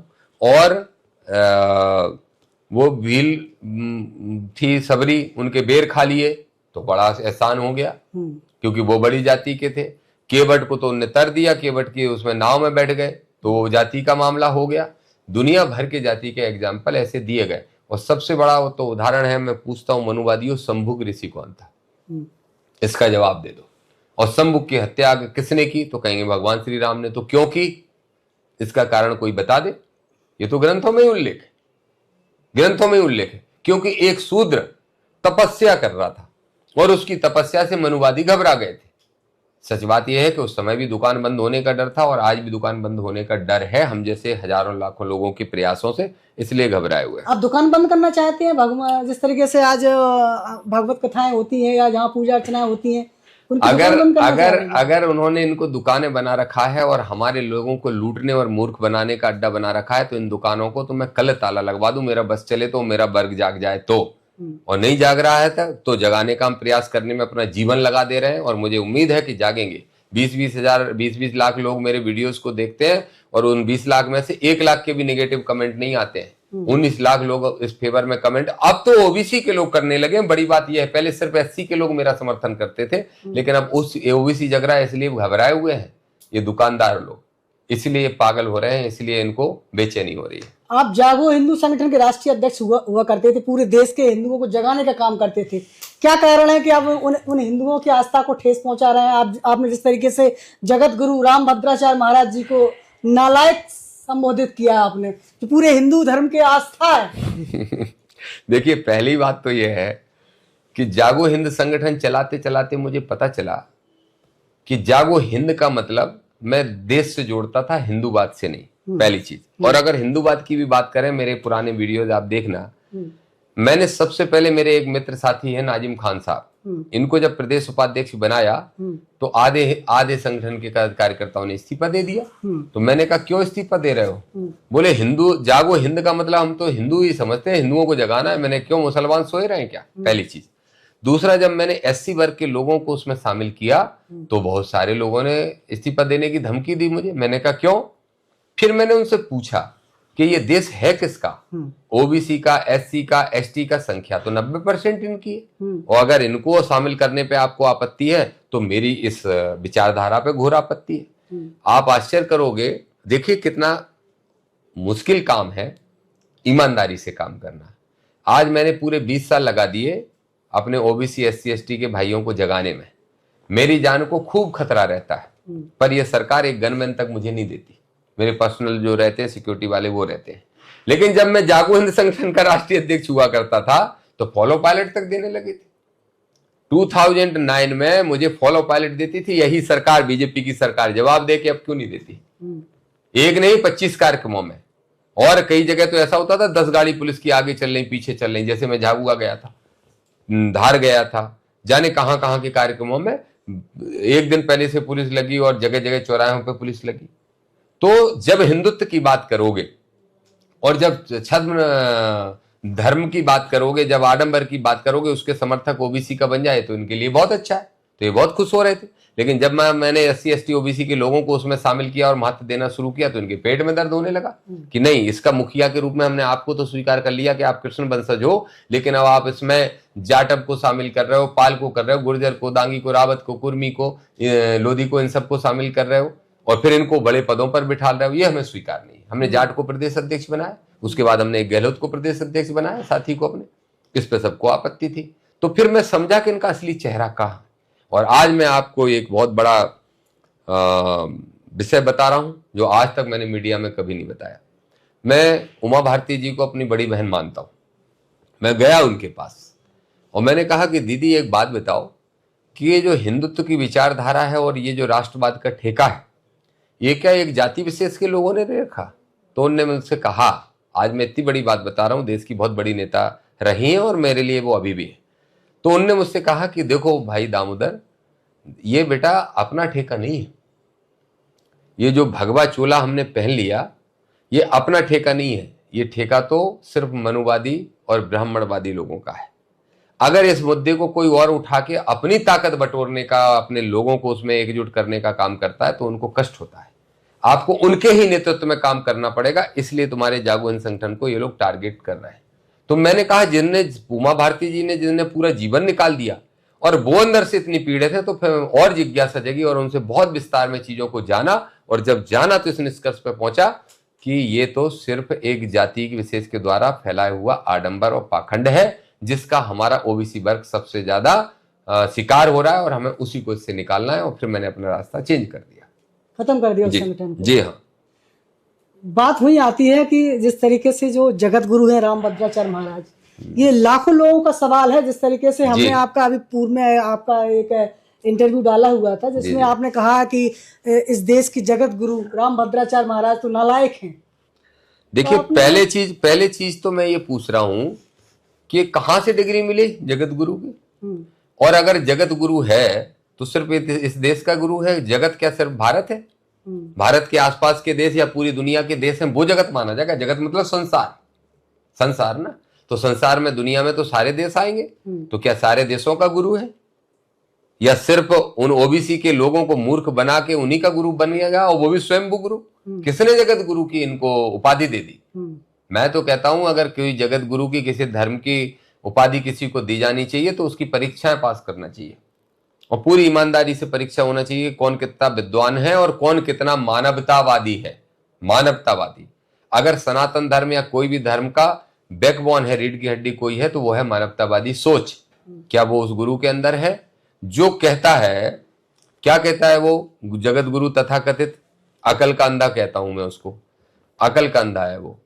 इसलिए कहता हूं क्योंकि वो कह रहा है जाति धर्म तो छोड़िए, धर्म के बाद फिर जातियां, वर्ण, वर्ण के बाद जातियां, वर्ग, वर्ग के बाद जातियां, जाति के बाद भी जाति के अंदर जाति कि फला उपाध्याय, पांडे, पाठक, फलाने ढिकाने दुबे, ये ब्राह्मण तो नीच किस्म के होते हैं। इनको उसी ने अकल के अंधे ने, मैं आपको दे दूंगा, आप आज ही गूगल कर लीजिएगा, खुलेआम चैनल पे कहा कि ये हमारे ब्राह्मणों में नीचे माने जाते हैं, हम लोग इनमें रिश्ता नहीं करते। पहले उनमें ऊंच नीच फैलाई। उसके बाद एक और कोई संत है, नाम भूल रहा हूं मैं उसका, तथाकथित संत, उसने कहा, उससे पूछा कि क्यों भाई कथाएं करने का अधिकार सिर्फ ब्राह्मणों को है? जब ये इटावा वाला मामला हुआ था, कहीं यादव को, कहीं कुशवाहा को, कहीं पाल को, कहीं लोधी को, कहीं कुर्मी पटेल को अपमानित किया गया था, तो ये सवाल पूछा तो उन्होंने कहा हाँ कथाएं तो सिर्फ, कथा व्यास गद्दी पे तो सिर्फ ब्राह्मण ही बैठेगा। तो कहा फिर क्षत्रियों को आप क्या मानते हो? बोले नहीं, क्षत्रियों का सम्मान भी होना चाहिए लेकिन ब्राह्मणों से कम, क्योंकि वो हमारी नाजायज औलाद है ब्राह्मणों की। क्षत्रियों के बारे में ये कहा। ये मूर्ख क्षत्रिय लोग उनको पागल भगवान की तरह पूजने के लिए बेवकूफ बने फिर रहे। पढ़ लीजिए, मैं आपको ये दोनों ही मैं क्लिप्स देता हूं। तीसरा, यही भद्राचार्य बोलता है कि बाबा साहब ने संविधान, बाबा साहब ने ना सामाजिक लड़ाई लड़ी, ना संविधान, ना फलाना, ना ढिकाना। बाबा साहब भारत रत्न, और भारत रत्न के अलावा वो विश्व रत्न है। पूरी दुनिया के बड़े बड़े देशों ने उनको ये माना है कि इनसे बड़ा विद्वान पूरी दुनिया में कोई नहीं है। उस व्यक्ति की दूसरे देशों में दूसरी सरकारों ने स्टेच्यू बनाई हो, उनके नाम से यूनिवर्सिटीज बनाई हो। तुम अकल के अंधे उनको बोलोगे, उनके अस्तित्व पर सवाल खड़े करोगे, तो ये बड़ा विषय है। संविधान को भी नहीं मानना, और मनुस्मृति ही पहला विधान है। मतलब शूद्र को हम सब 85% लोगों को पैर की जूती बना के रखना चाहते हो। ऐसे आदमी को मैं संत कहूंगा? मैं तो नालायक तो बहुत छोटा शब्द है, नालायक तो वो होता है जो लायक नहीं है, बल्कि ऐसा व्यक्ति तो समाज में वैमनस्यता फैला के देश के टुकड़े करना चाहता है। इसलिए ऐसे व्यक्ति पे, उसके चेले जो पर्ची वाला बाबा है उस पे, इन सब पे राष्ट्रद्रोह का मुकदमा चलना चाहिए। पर्ची वाला बाबा कौन है? ये पर्ची वाला बाबा मैंने सुना है, मैं तो नहीं गया, लेकिन मैंने वो टीसी पे देखा आजकल। ये दोनों बीजेपी के एजेंट है, ये गुरु चेला। कौन कौन? ये रामभद्राचार्य और रामभद्राचार्य का शिष्य कोई पर्ची वाला धीरेन्द्र छतरपुर का। ये लोग क्या करते हैं? ये लोग ये करते हैं, एक पर्ची वाला बाबा वो पर्चियां निकाल के सबका भविष्य बताता है। अब पता नहीं कैसे बताता है, उसका तो मैंने रिसर्च नहीं किया, लेकिन एक आदमी आज तक ऐसा प्रकट नहीं किया लाखों की भीड़ में से जो ये खड़ा होकर कह दे कि हम आपकी शरण में आए थे, इसलिए हमारी ये समस्या दूर हो गई, ये बीमारी दूर हो गई, ये आर्थिक समस्या दूर हो गई, ये मानसिक समस्या दूर हो गई। एक आदमी नहीं मिला। आ जाओ फलाने, तुम्हारा पर्चा पहले से ही लिखा है। अभी एक ब्राह्मणी लड़का गया, उसने पोल खोल दी कि तुमने ये नहीं लिखा, ये क्यों झूठा पढ़ रहे हो। एक चीज। दूसरा, अगर इतना ही पर्चियां निकालता है वो बीजेपी का एजेंट, तो उसको ये सोचना चाहिए कि अपने भाई की पर्ची क्यों नहीं निकाली। उसके छोटे ही भाई पे एट्रोसिटी एक्ट लग गया जब जाटवों से लड़ने और उन पर अन्याय करने पहुंच गया था। हमारे संगठन के लोग पहुंचे, भीम आर्मी आजाद समाज पार्टी के लोग पहुंचे, उन्होंने लड़ाई लड़ी और उसको जेल भिजवाने का काम किया, उस पर केस लगवाने का काम किया। अपने भाई को नहीं बता पा रहा कि मत जाना, आज तेरा भविष्य खराब हो जाएगा वहां। तो फिर पर्ची अपने भाई क्यों नहीं निकाल पाया? वही पर्ची वाला क्यों पर्ची नहीं निकाल पाया? इस बात की कि आज श्रद्धालु मत आना, आज टेंट गिर जाएगा, इतने घायल हो जाओगे, इतने मर जाओगे। क्यों नहीं निकाल पाया? ये सब नौटंकीबाज लोग हैं। ये दोनों तो शुद्ध बीजेपी के एजेंट हैं। और देखो, ऐसी पर्ची वाला के कार्यक्रम में देश के प्रधानमंत्री आ जाते हैं, अपना छोटा भाई कहते हैं। मैं तो नरेंद्र मोदी जी से आग्रह करूंगा, एक को आपने छोटा भाई बना लिया, एक को मित्र बना लिया। वो अंधा बाबा, अकल का अंधा हमेशा ये कहता है कि नरेंद्र मोदी मेरे मित्र हैं, नरेंद्र मोदी मेरे मित्र हैं। मैं ही पूछना चाहे, वो मनुस्मृति को पहला विधान बताता है, तो उसी मनुस्मृति में तो ये लिखा था, उसी के कारण फिर तुलसीदास ने लिख दिया। हमारे और आपके गांव में क्या व्यवस्थाएं थी कि साहू तेली समाज के लोगों को 12 बजे तक बाहर नहीं निकलने देते थे, और निकल जाए तो उसके पहले ठहन मान ली जाती थी, दिन खराब हो जाएगा। और आज उन्हीं को मित्र बता रहे हो, क्योंकि वो देश के प्रधानमंत्री बन के बैठे। आप सोच लो इस धर्म की जड़ें कितनी कमजोर है, इन बाबाओं की असलियत क्या है। उस मनुस्मृति को फिर भी मानना चाह रहे हो जिसके तहत आप हमें शूद्र मानते हो, और शूद्र में भी मोदी जी की जाति के व्यक्ति को ऐसी नजर से देखते हो, और फिर मोदी जी मित्र हैं क्योंकि वो देश के प्रधानमंत्री बन गए। ये नकली बाबा, एक बाबा वहां भी बैठा है कोई सीहोर में, वो दावा करता है कि आपका बच्चा 12 महीने में चाहे एक भी दिन ना पड़ा, शंकर जी के ऊपर जाके ये बेलपत्र चढ़ाया आना, इतने दिन पूजा कर लेना, आपका बच्चा फेल नहीं हो सकता, पास हो जाएगा। उसका खुद का बेटा फेल हो गया। काहे को पिछड़ा वर्ग के लोगों, मेरे भाइयों, मूर्ख बने फिर रहे हो, तुम ही बने फिर रहे हो। अम्बेडकरवादी तो जाग गए, अम्बेडकरवादी तुम भी बन जाओ, कुछ बन भी रहे हैं बहुत तेजी से। मैं देख रहा हूं जिस तरीके से आप धार्मिक आस्थाओं को ठेस पहुंचाते हो, ये मैं नहीं कह रहा हूँ, ये जिस तरीके से लोग कमेंट करते हैं, आपको डर नहीं लगता है जिस तरीके से आप लगातार बोलते जा रहे हैं इस तरीके के? देखो भाई, ऐसा है कि संविधान को मैंने अच्छे से पढ़ा है, जाना है और माना है। धार्मिक आस्था को ठेस पहुंचाने के कारण जो केस लगाने हैं लगा दो आप, लेकिन मैं ये सिद्ध कर दूंगा कि ये धर्म है ही नहीं। मैं कोर्ट में जब ये सिद्ध कर दूंगा, और इसी देश के न्यायालय में ये सिद्ध हो चुका है एक बार, जब पेरियार रामास्वामी जी ने जो आंदोलन चलाया और जो उन्होंने रामायण लिखी थी वो तमिल भाषा में थी, और जब वो यहां पर आई है आपके हिंदी भाषी क्षेत्रों में, तो ललई सिंह यादव ने उसका हिंदी अनुवाद किया, और ललई सिंह यादव को दूसरा पेरियार कहा गया क्योंकि ललई सिंह यादव ने सच्ची रामायण करके लिखा। जब सच्ची रामायण लिखी, पब्लिश होने लगी और ऐसा हल्ला मचने लगा, अब थैंक्स टू सोशल मीडिया और आप जैसे पत्रकार और चैनल जिसके माध्यम से अभी आवाज दब नहीं पाती, पहुंच जाती है, तो उस समय जब माउथ पब्लिसिटी होने लगी तो फिर जाके इन मनुवादियों ने केस कर दिया, और कोर्ट में जब केस चला तो सबसे पहले तो ये आदेश दे दिया गया कि हाँ भाई बंद हो जाना चाहिए, अगर धार्मिक भावनाओं को भड़काने वाला कोई मुद्दा है तो बंद हो जाना चाहिए। लेकिन जब उन्होंने तर्क दिए और उन्होंने साइंटिफिक तरीके से ये सिद्ध कर दिया कि इसमें जो लिखा है वो साइंटिफिक नहीं है, काल्पनिक है और मनगढ़ंत है, तो उसके बाद वही चालू हो गया।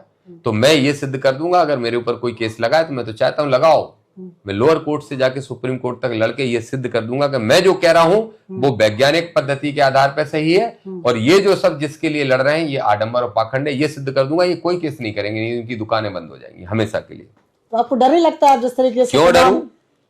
लगातार आरोप पर आरोप आप गढ़ते जा रहे हैं? देखो, जिसने फुले, अंबेडकर, पेरियार, कांसीराम, साहूजी महाराज और ललई सिंह, मुलायम सिंह, लालू यादव, शरद यादव, सुखलाल कुशवाहा जैसे लोगों को अपना महानायक मान लिया हो और अपना जीवन उसी विचारधारा में देने का मन बना लिया, उसको क्या डरना। मैं तो जहां रहूंगा वहीं ये विचारधारा फैलाऊंगा, पहुंचा दो अमेरिका, लंदन, दुनिया के किसी भी कोने में पहुंचा दो जहां पहुंचाना। जिस तरीके से आपके जो संघर्ष देखे जाते तमाम आंदोलनों में आप धड़ाधड़ बोलते रहते हैं, कितने केस दर्ज हुए अब तक आप? बहुत सारे, मुझे गिनती नहीं मालूम, लेकिन मैं तो जब भी पासपोर्ट के लिए अप्लाई करता हूँ वो रिजेक्ट हो जाता है, और वो रिजेक्ट इसीलिए हो जाता है कि केस चल रहा है इनके ऊपर। मैं बोलता हूँ चोरी का कोई चल रहा है क्या, डकैती का कोई चल रहा है क्या, मर्डर का कोई चल रहा है क्या, मारपीट का कोई चल रहा है क्या, 307 कोई चल रहा है, नहीं चल रहा है, सारे केस चक्का जाम के, सारे केस इसी तरह के आंदोलनों के। फिर तो आपका आधा महीना तो यानी तारीखों के चक्कर काटने में लग जाता है। कभी कभी चला जाता हूँ, कभी कभी वकील काम चला लेते, कभी कभी मैं भी तारीखों पे चला जाता हूँ, कभी कभी वारंट निकल जाते हैं। हाँ। फिर जज लोग नाराज होते हैं, नहीं उसी को आना पड़ेगा, तो भैया न्यायपालिका की मैं सम्मान करता हूँ, चला जाता हूँ। आज जिस तरीके से आपने जो रामभद्राचार्य महाराज जी को नालायक संबोधन किया, आपने बागेश्वर महाराज जी के को बीजेपी का एजेंट बताया, आपने तमाम आरोप लगाए, उसी प्रकार से ग्वालियर में अभी हाल ही में एडवोकेट अनिल मिश्रा जो कि अधिवक्ता है कोर्ट के, संविधान को मानने वाले, क्योंकि संविधान उन्होंने पढ़ा तभी वो अधिवक्ता है, उन्होंने भी अपने जब जिस तरीके से बाबा साहब को गंदा व्यक्ति संबोधन किया है उनको। देखिए, अनिल मिश्रा जो वकील है जिसकी आप बात कर रहे हो, असल में वो आरएसएस का एक कार्यकर्ता है। अनिल मिश्रा को देख के ही वो आरएसएस के असली विचारों को और बीजेपी के असली चेहरे को पहचान सकते हो। मैं कह रहा हूं कि इसमें तो किसी को भी डाउट नहीं है ना कि भारतीय संविधान में लिखने में सबसे बड़ी भूमिका, बल्कि उसके असली हीरो बाबा साहब अम्बेडकर रहे हैं। और अगर ये देश को इसमें शंका होती तो शुरू से लेके अब तक होती। चलो, मैं तो कहता हूं जब देश में मोदी जी की पहली बार अटल जी की सरकार बनी, एंटी कांग्रेस के रूप में भी देख लो, फिर उसके बाद मोदी जी की पहली सरकार बनी, फिर मोदी जी की दूसरी सरकार बनी, तब ये कहने की किसी ने हिम्मत क्यों नहीं की। तीसरी सरकार बनी, उनका प्लान ही था कि जब हम तीसरी बार बन जाएंगे तब हम मनुस्मृति मनुविधान को लागू करेंगे और अंबेडकर विधान को संविधान को खत्म करेंगे। तो ये छर्रे हैं उसी विचारधारा के, इसकी कोई हैसियत नहीं है, तो इसलिए इसके बारे में तो मैं ज्यादा क्या बोलूं, लेकिन उसको शर्म नहीं आती। वो बात कर रहा है कि भारतीय संविधान जिसने लिखा है उनके ऊपर सवाल खड़ा कर रहा है। इस देश का जो पहला कानून मंत्री रहा, इस देश की सरकार ने जिसे भारत रत्न दिया, पूरी दुनिया ने विद्वता के लिए जिनको पूजा हो या जिनका स्थान बनाया हो, और देश के करोड़ों लोगों के मन में जो ईश्वर से बड़ी आस्था रखता हो, उस व्यक्ति के ऊपर वो सवाल खड़े करके और ऐसे व्यक्ति का नाम प्रपोज कर रहे हैं BN राव। क्षमा करना, मैंने 5 साल पहले तक तो क्या 2 साल पहले तक नहीं सुना था। मैंने भारत एक खोज से लेके दुनिया भर के वो सब देखे, उसमें 25 लोगों के नाम आते थे, उनमें से कोई एक नाम हो तो हो। ऐसे तो फिर कमेटी के जो अध्यक्ष थे उनका नाम क्यों नहीं कहा? राजेंद्र प्रसाद जी, उनका ही नाम कह देते, उनका नाम क्यों नहीं कह रहे? फिर एक सलाहकार का नाम, मतलब यह है कि एक मंत्री जो देश का कानून मंत्री रहा, उसने संविधान नहीं लिखा बोल रहे हैं, और एक बाबू ने संविधान लिखा या एक उनके एम्प्लॉय ने संविधान लिखा। क्या कहना चाहते हैं ये मूर्ख लोग? जबरदस्ती मनुवाद के चक्कर में और इस गलतफहमी में कि हमारी सरकार 3 बार बन गई है, अब तो हम जो देश में कर लेंगे, नहीं कर पाओगे।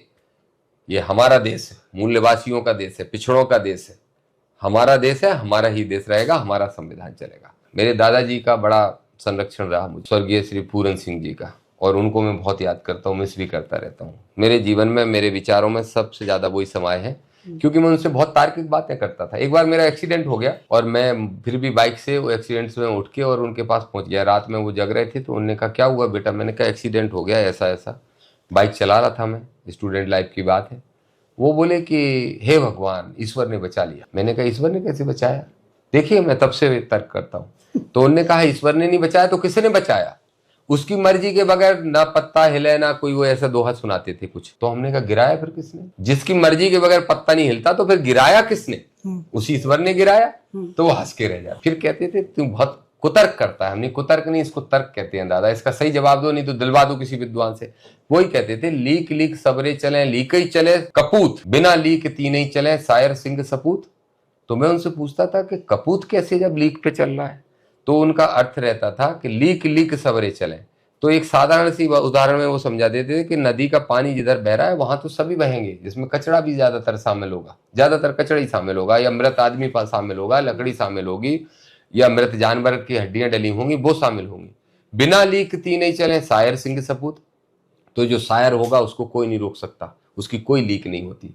सिंह शेर का जिधर चल दे उसी तरफ रास्ता बना लेता है। और सपूत, अगर उसके अंदर क्षमताएं हैं तो वो दुनिया में कहीं भी रह के अपना नाम कमा सकता है और हमारा नाम रोशन कर सकता है। और कपूत तो वही, हमने फिर कपूत कैसे कहते हैं? बोले कपूत इसीलिए कहते हैं कि जो हमारे दादा परदादा पिताजी करते आए वही हम करेंगे, चाहे गलत हो चाहे सही।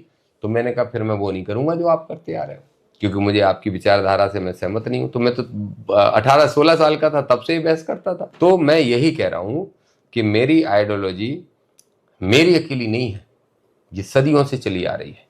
और कभी इस आइडियोलॉजी पे मनुवाद हावी हो जाता है और मनुवाद के फॉलोवर्स ज्यादा हो जाते हैं। मैं आज ही पूछना चाहता हूं मेरे देश के 100 करोड़ हिंदुओं, जवाब दो। मैं सीधा पूछना चाहता हूं, सम्राट अशोक के टाइम तुम किस धर्म को मानते थे और तुम्हारे पुरखे किस धर्म को मानते थे? मैं आपसे ही पूछ रहा हूं, आप भी पता कर लेना। सम्राट अशोक के वंशज जो थे 10 पीढ़ियों तक ना सिर्फ इस देश के अंदर बल्कि पूरा भारत, जिस समय आसपास के एशिया फेशिया सब मिला लो, पूरा सम्राट अशोक का देश था। सम्राट अशोक के देश से मतलब था कि सम्राट अशोक ने जब बुद्ध धर्म को अपनाया, जिसको धम्म कहते हैं, उसके बाद पूरे देश भर में, पूरा भारत, पूरे एशिया के अंदर सम्राट अशोक के कारण बुद्ध धर्म को स्वीकार कर लिया गया था।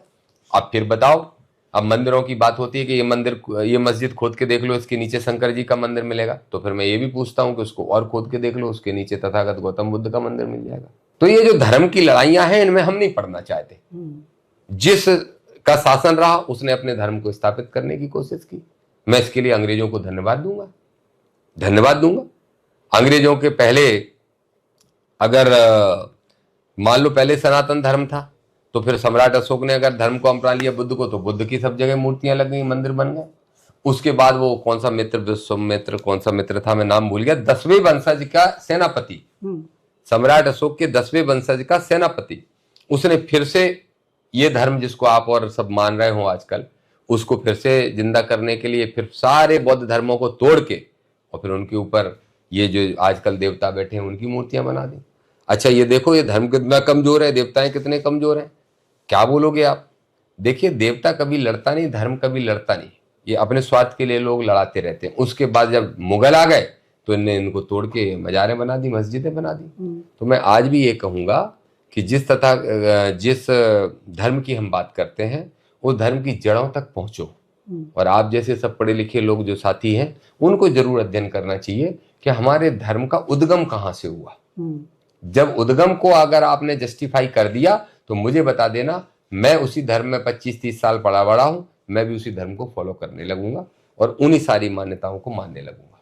फिर भी मनुवाद को नहीं मानूंगा। ये नालायक मनु पैदा हुआ था 1500 साल पहले, बहुत ही नालायक था, और उसी ने जो किताब में लिख के चला गया वो मनु स्मृति मनु विधान, उसके बाद एक कोई दुबे पैदा हुआ तुलसीदास नाम का है, और उसने जो है दुनिया भर की एक कहानी लिख डाली जिसमें जाति सूचक शब्दों से पिछड़ों को, दलितों को, आदिवासियों को, सबको अपमानित करने का काम किया।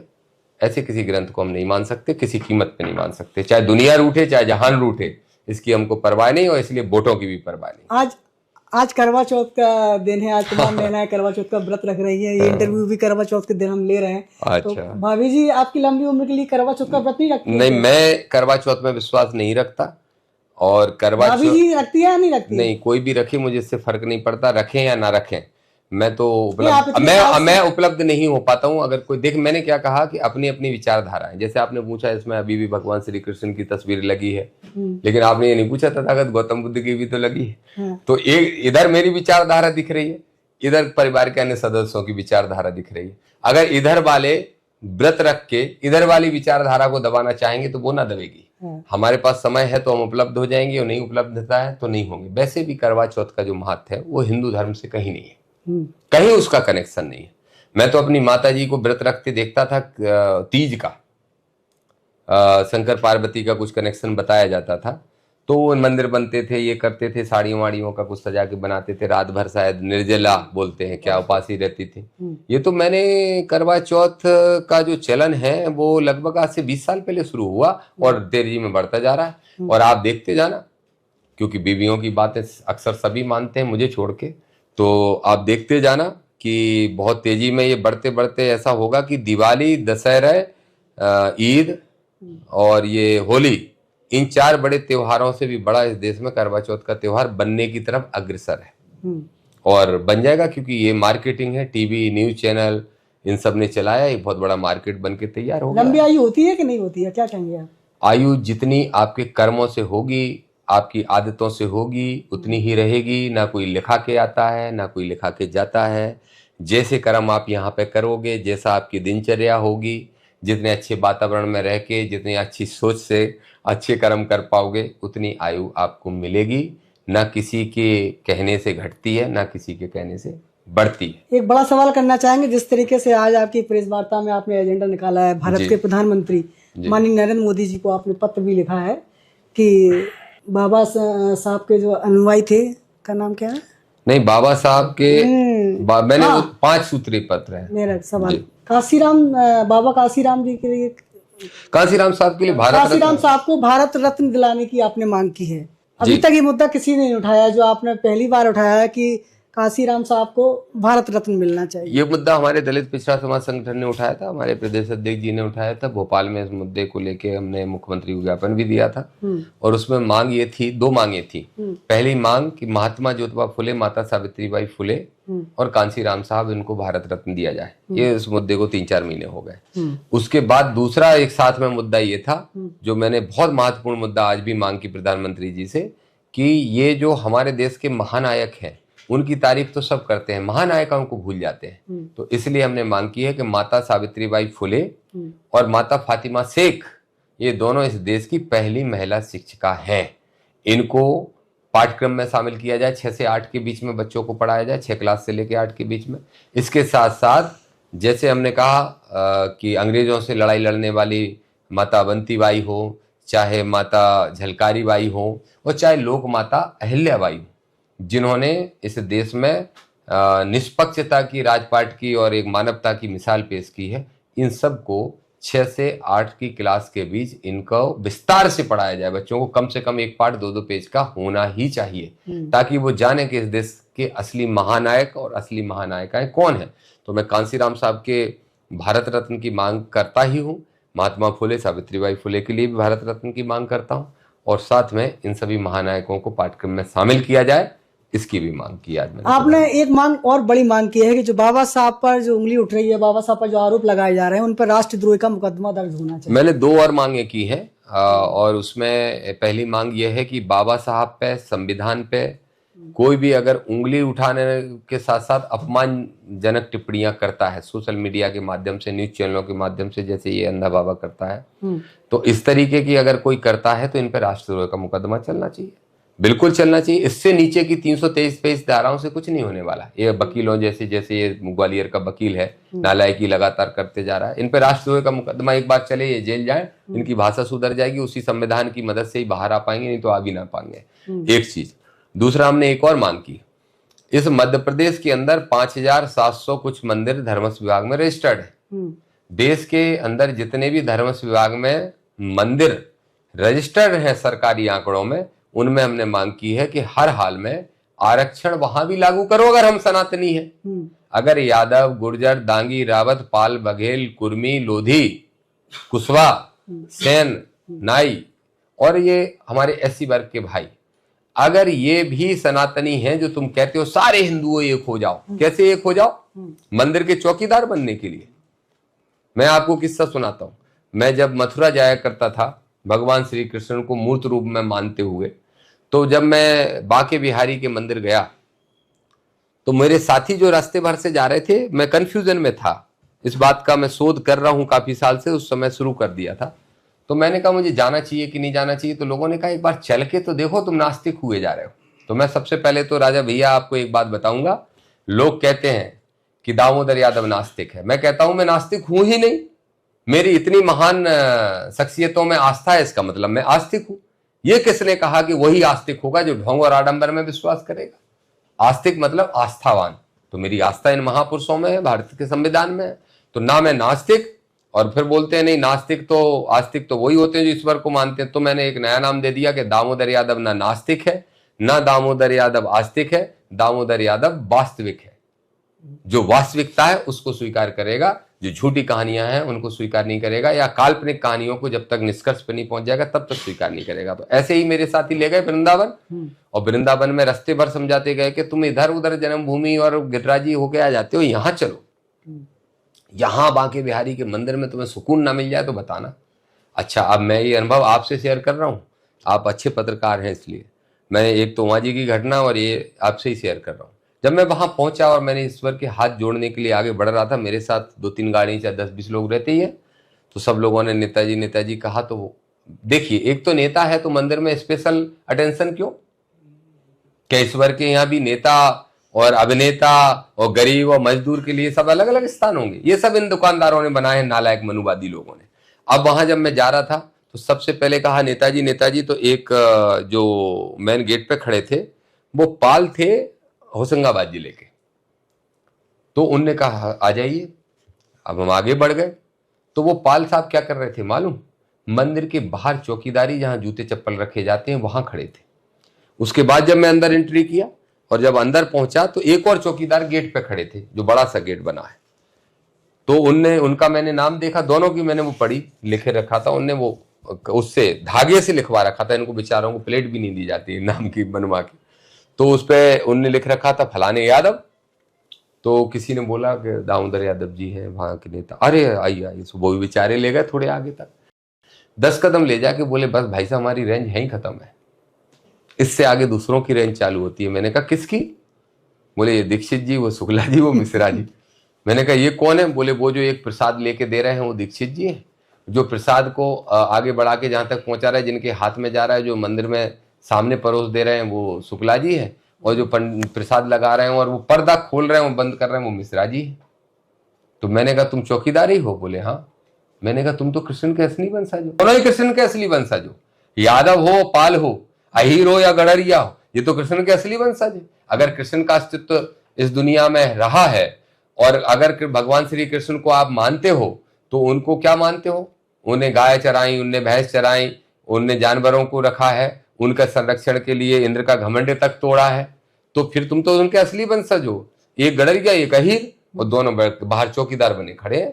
तो मैं ये कह रहा हूं, जब मैं उस मंदिर में पहुंचा, ये अनुभव बता रहा था आपको, तो मुझे एक सुकून सा मिला। तो मैं फिर से कंफ्यूज हुआ कि क्या ये सब वास्तविकताएं हैं। फिर वहीं हाथ जोड़ते जोड़ते और मुझे अंदर से महसूस हुआ, अगर कोई ईश्वरीय शक्ति है तो उसने ज्ञान दिया होगा, नहीं तो मेरे अंदर की जो शक्ति है, जो तथागत गौतम बुद्ध कहते हैं, उसने ज्ञान दिया। कि रास्ते भर से जो मेरा ब्रेन वॉश किया जा रहा था कि वहां तो तुम खड़े हुए हो, तुमने हाथ जोड़ा और तुम्हारी छाती को ठंडक मिल जाएगी, शीतल हो जाएगी, तो ये उसका असर है। मैं वहां से जैसे ही पलटा तो मैंने उन दोनों चौकीदारों से बात की। वो जो पहला चौकीदार था वो अहीर था, तो वो बोला, इन सालों के मारे बहुत परेशान है भाई साहब, इतना क्या पूछो मत, अंदर पुजारियों के मारे। और जो दूसरा था वो पाल समाज का था।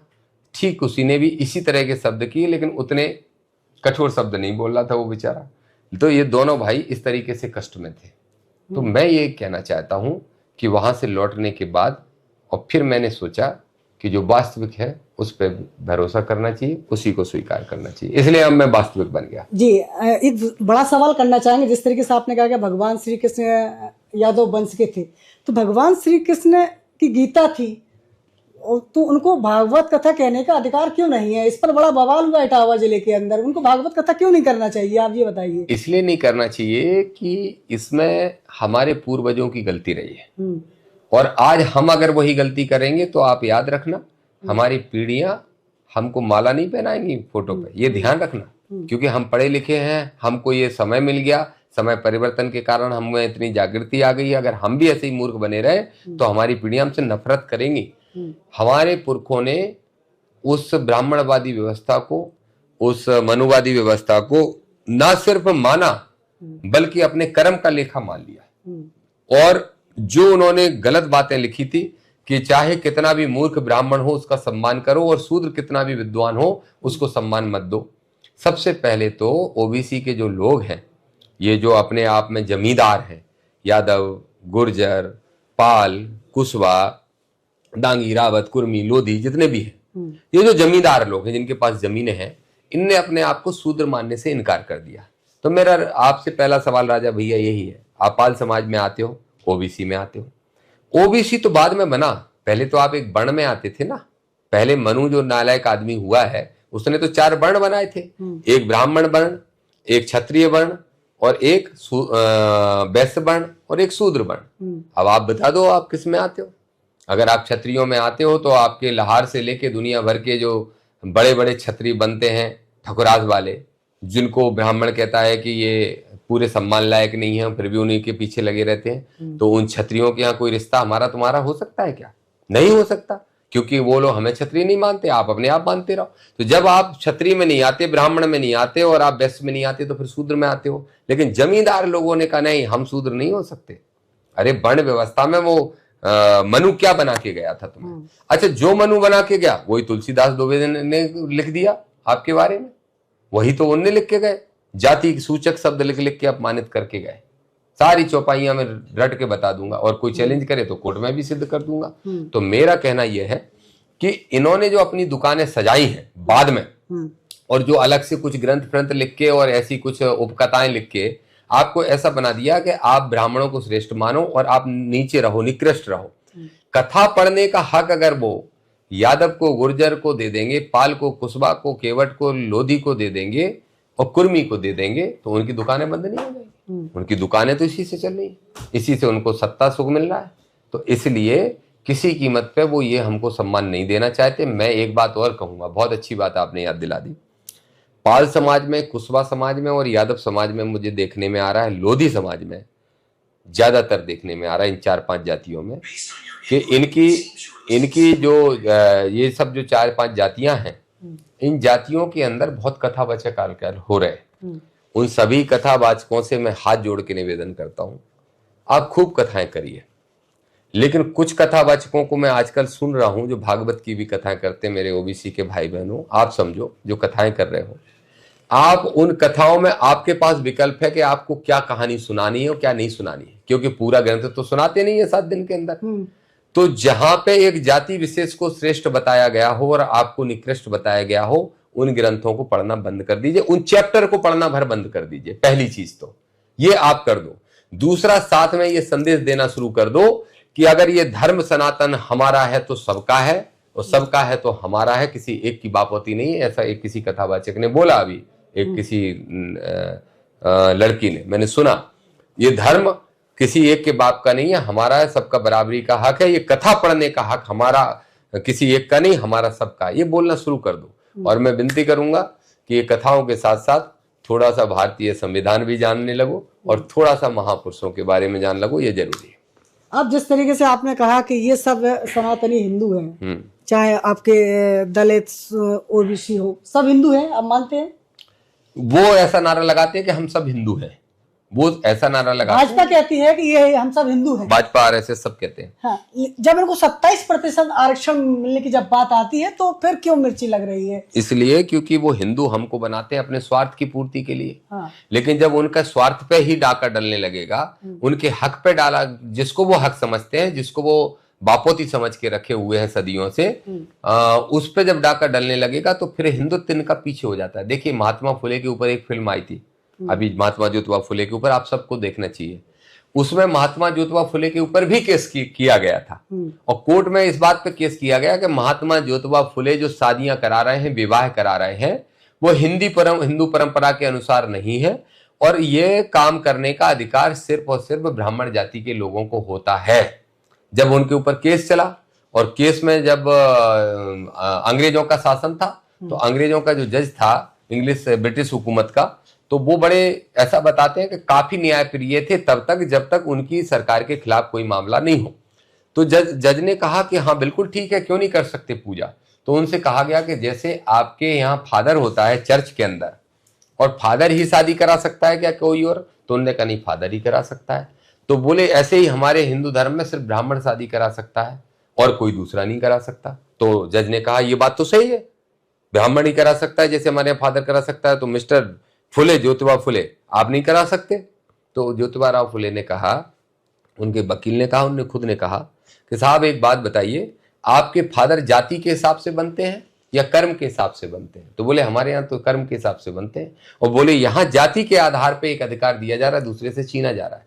यहां तक कि आपके फादर जब दोनों को वर वधू को आशीर्वाद देते हैं तो टच करके देते हैं? बोले हाँ, टच करके देते हैं। और बोले यहाँ अछूत माना जाता है, दूर से आशीर्वाद दिया जाता है, या फिर पैर का अंगूठा रख के आशीर्वाद दिया जाता है। तो उन्होंने कहा कि नहीं। तो महात्मा ज्योतिबा फुले केस जीत गए, और जब जीते तो फिर उनके वकील ने खड़े होकर बात कही, क्योंकि वो पंडित जी बोले कि ये तो केस जीत रहा है, जीत जान दो, परंपरा भाड़ में जाए, धर्म भाड़ में जाए, उसकी हमें परवाह नहीं, लेकिन वो जो पैसा मिलता है शादियों में वो हमें कैसे मिलेगा? तो उनके वकील ने एक नई अपील कर दी कि माय लॉर्ड, ये सब तो ठीक है, लेकिन चूंकि ये पैसे का नुकसान इनको हो रहा है, तो वो पैसा भी, इन जितनी शादियां महात्मा ज्योतिबा फुले करा रहे हैं उन सब का पैसा इन ब्राह्मणों को देना चाहिए उस गांव के। तो महात्मा ज्योतिबा फुले ने कहा क्यों देना चाहिए? धर्म व्यवसाय है या आस्था का विषय है? तो वही लड़ाई हमारी है, इसलिए हम उस लड़ाई को पूरी ताकत के साथ भाई लड़ रहे हैं। और उम्मीद करता हूं मेरे पिछड़े वर्ग के भाइयों से विशेष तौर पे कि आप भी सब एससी वर्ग के भाइयों की तरह अपने हक अधिकार को समझें, संविधान को समझें। आपका एक बयान आया था कि यदि मध्य प्रदेश के मुख्यमंत्री डॉक्टर मोहन यादव 27% आरक्षण लागू करते हैं तो आप 2 लाख ओबीसी वर्ग के लोगों को लेकर जाएंगे, उनका सम्मान करेंगे। मैंने कहा कि 1 लाख ओबीसी के और 1 लाख एससी एसटी के भाइयों को बुलाऊंगा। ये भाईचारा जरूरी है कि जब ओबीसी के हक की बात हो तो एससी एसटी भी लड़े, और एससी एसटी के ऊपर अन्याय अत्याचार हो तो ओबीसी भी लड़े, बल्कि ओबीसी अन्याय अत्याचार ना करे मनवादियों के कहने से। तो हमने आज भी मैं इस पे कायम हूं कि मोहन यादव जी अगर आप कर सकते हो तो कर दो, संख्या के अनुपात में। संख्या के अनुपात में कहा था मैंने, संख्या के अनुपात में ओबीसी को आरक्षण लागू कर दो, हम 2 लाख लोगों को बुला के उनका सम्मान करेंगे। हमें कोई नफरत थोड़ी है किसी व्यक्ति विशेष से, हम तो सम्मान जरूर करेंगे। लेकिन अगर आप आरक्षण लागू नहीं करा पाते हो मुख्यमंत्री रहते हुए, वो भी पक्का वादा करने के बाद, तो 2 लाख लोगों को इकट्ठा करके आपका घेराव भी करने वाले हैं। इसलिए हमने तय किया है, हमारे दलित पिछड़ा समाज संगठन ने कल ही ये निर्णय लिया है कि अभी जिस तरीके से सुप्रीम कोर्ट में ओबीसी के आरक्षण पे तारीख बढ़ा दी गई है और सरकार की गलतियों के कारण तारीखें बढ़ रही हैं, तो हम अपने आप को छला महसूस कर रहे हैं। हम मुख्यमंत्री जी के उस बयान को भी ये महसूस कर रहे हैं कि वो बयान सही नहीं है कि 27% तो डंके की चोट पे देंगे। कब दोगे? जैसे शिवराज जी, उमा जी, गौर साहब ने लटका के रखा, ऐसे ही आप भी लटका के रहोगे। अगर आप कृष्ण वंशज अपने आप को कहते हो, उनको आराध्य मानते हो, तो उनने तो अन्याय अत्याचार के खिलाफ लड़ाई लड़ी, तो आप भी लड़ो और हमारा हक, हमारा न्याय हमको देने का काम करो।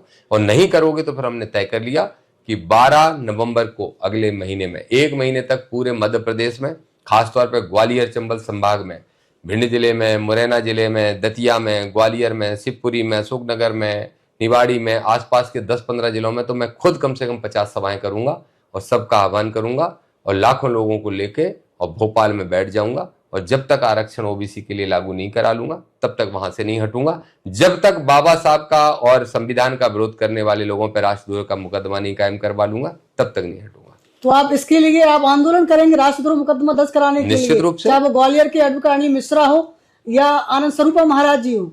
ये महाराज पता क्योंकि इन नहीं दोनों में ही बाबा साहब पर उसको तो मैं ढूंढ रहा हूँ, वो जो एक, हाँ, जो स्वरूपानंद है, आनंद स्वरूप कौन सा नंद है, वो वहां बैठा है कहीं उत्तराखंड में, वहां से बयानबाजी करके गायब हो जा रहा है। मैंने तो पहले कह दिया था कि अहिर लोग उसको ठीक कर लेंगे जो मोहन यादव को गालियां दे रहा है तो, लेकिन फिर भी ऐसे निकम्मे नालायक लोगों पे तो करेंगे ही, लेकिन इनसे काम नहीं चलेगा।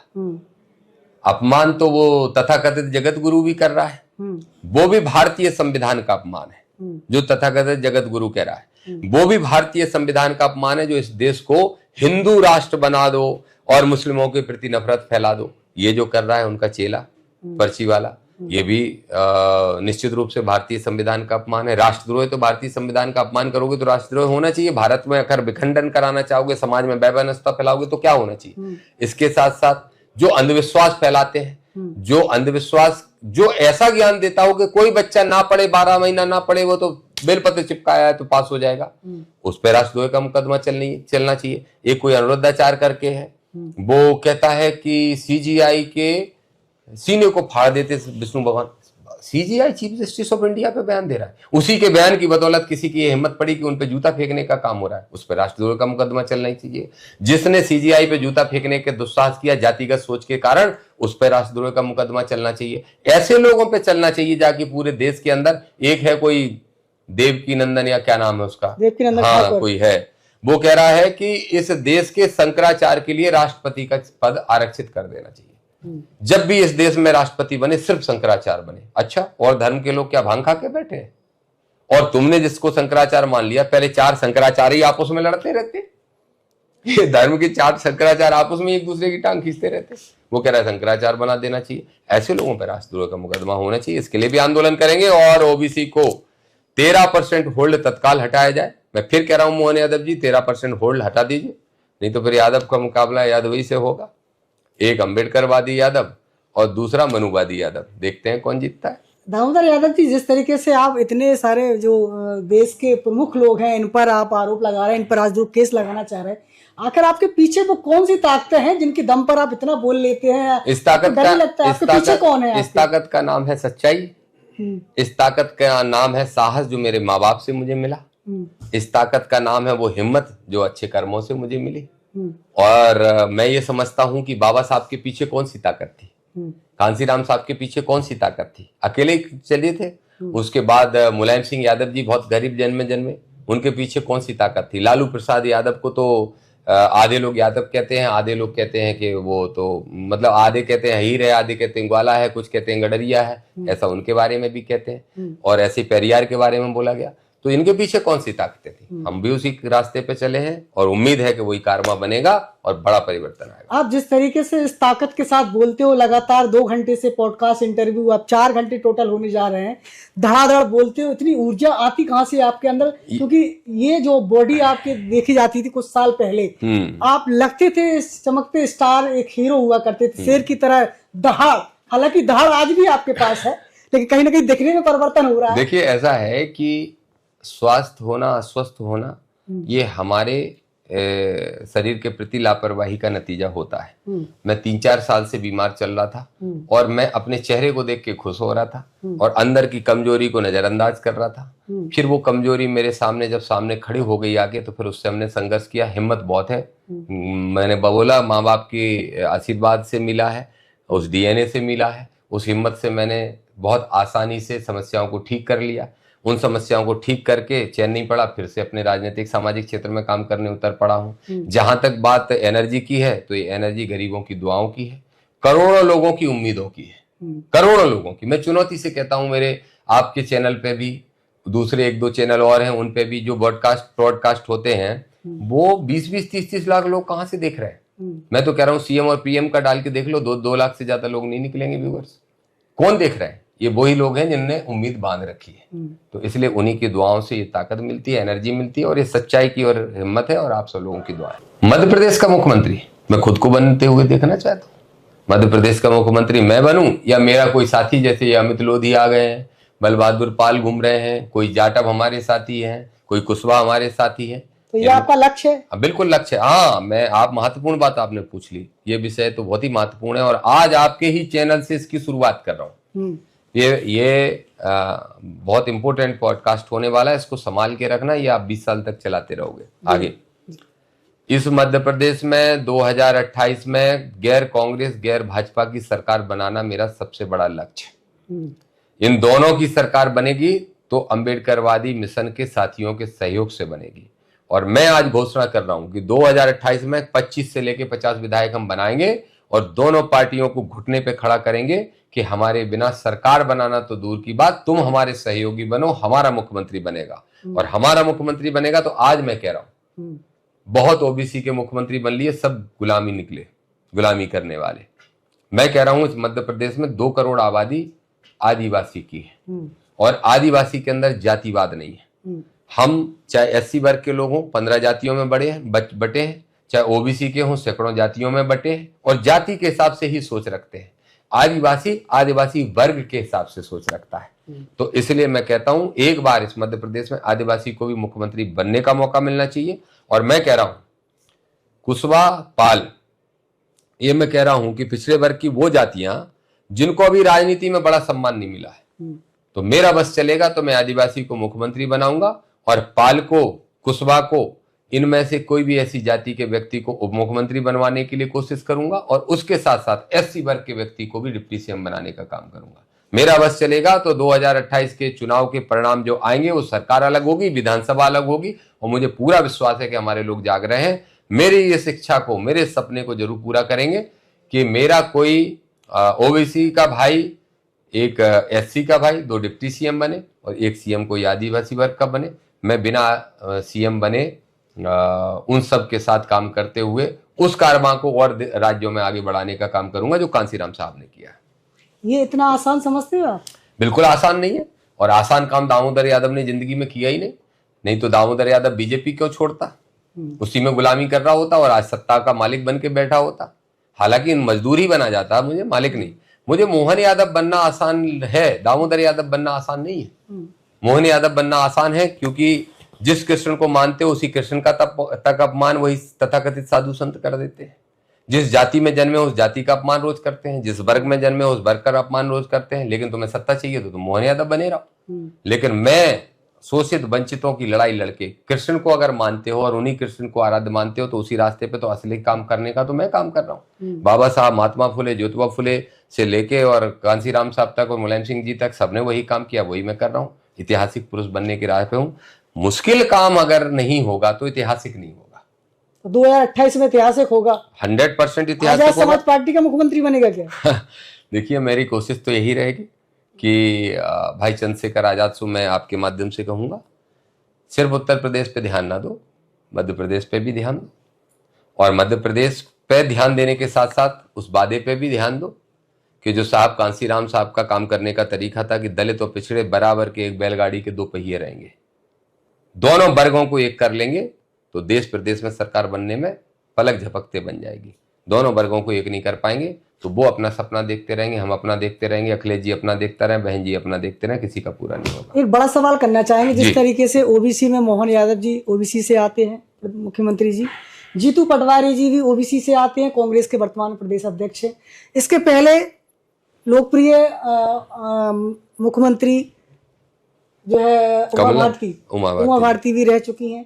शिवराज सिंह चौहान भी मुख्यमंत्री लगातार 20 साल रह चुके हैं। इसके बाद भी 27% आरक्षण लागू क्यों नहीं हो पाया? देखिए, मैंने कहा भारतीय जनता पार्टी असली मालिक है, ये सब उसके किराएदार है। उमा जी, श्रद्धेय गौर साहब जो चले गए इस दुनिया से, और शिवराज जी और मोहन जी, ये इतने डंके की चोट पे कह रहे हैं फिर भी आरक्षण नहीं दे पा रहे, तो ये सब तो किराएदार हैं। तो बीजेपी की सरकार में आरक्षण की उम्मीद मत करिए। जहां तक बात है, मैं कमलनाथ जी की तारीफ करूंगा आपके इस चैनल, इस बात के लिए तारीफ करूंगा कि 27% आरक्षण की सिर्फ 2 बार मांग की हमने, 15 दिन में 2 बार उनसे मिले, और हमने कहा ये लागू कर दीजिए। जैसे किसानों की कर्जा माफी की फाइल पे साइन कर दिए, ऐसे इस फाइल पे भी साइन कर दो। उनने अपनी कैबिनेट से भी नहीं पूछा कमलनाथ जी ने, और कमलनाथ जी ने बिना कैबिनेट के पूछे भी और ये सीधा जारी कर दिया।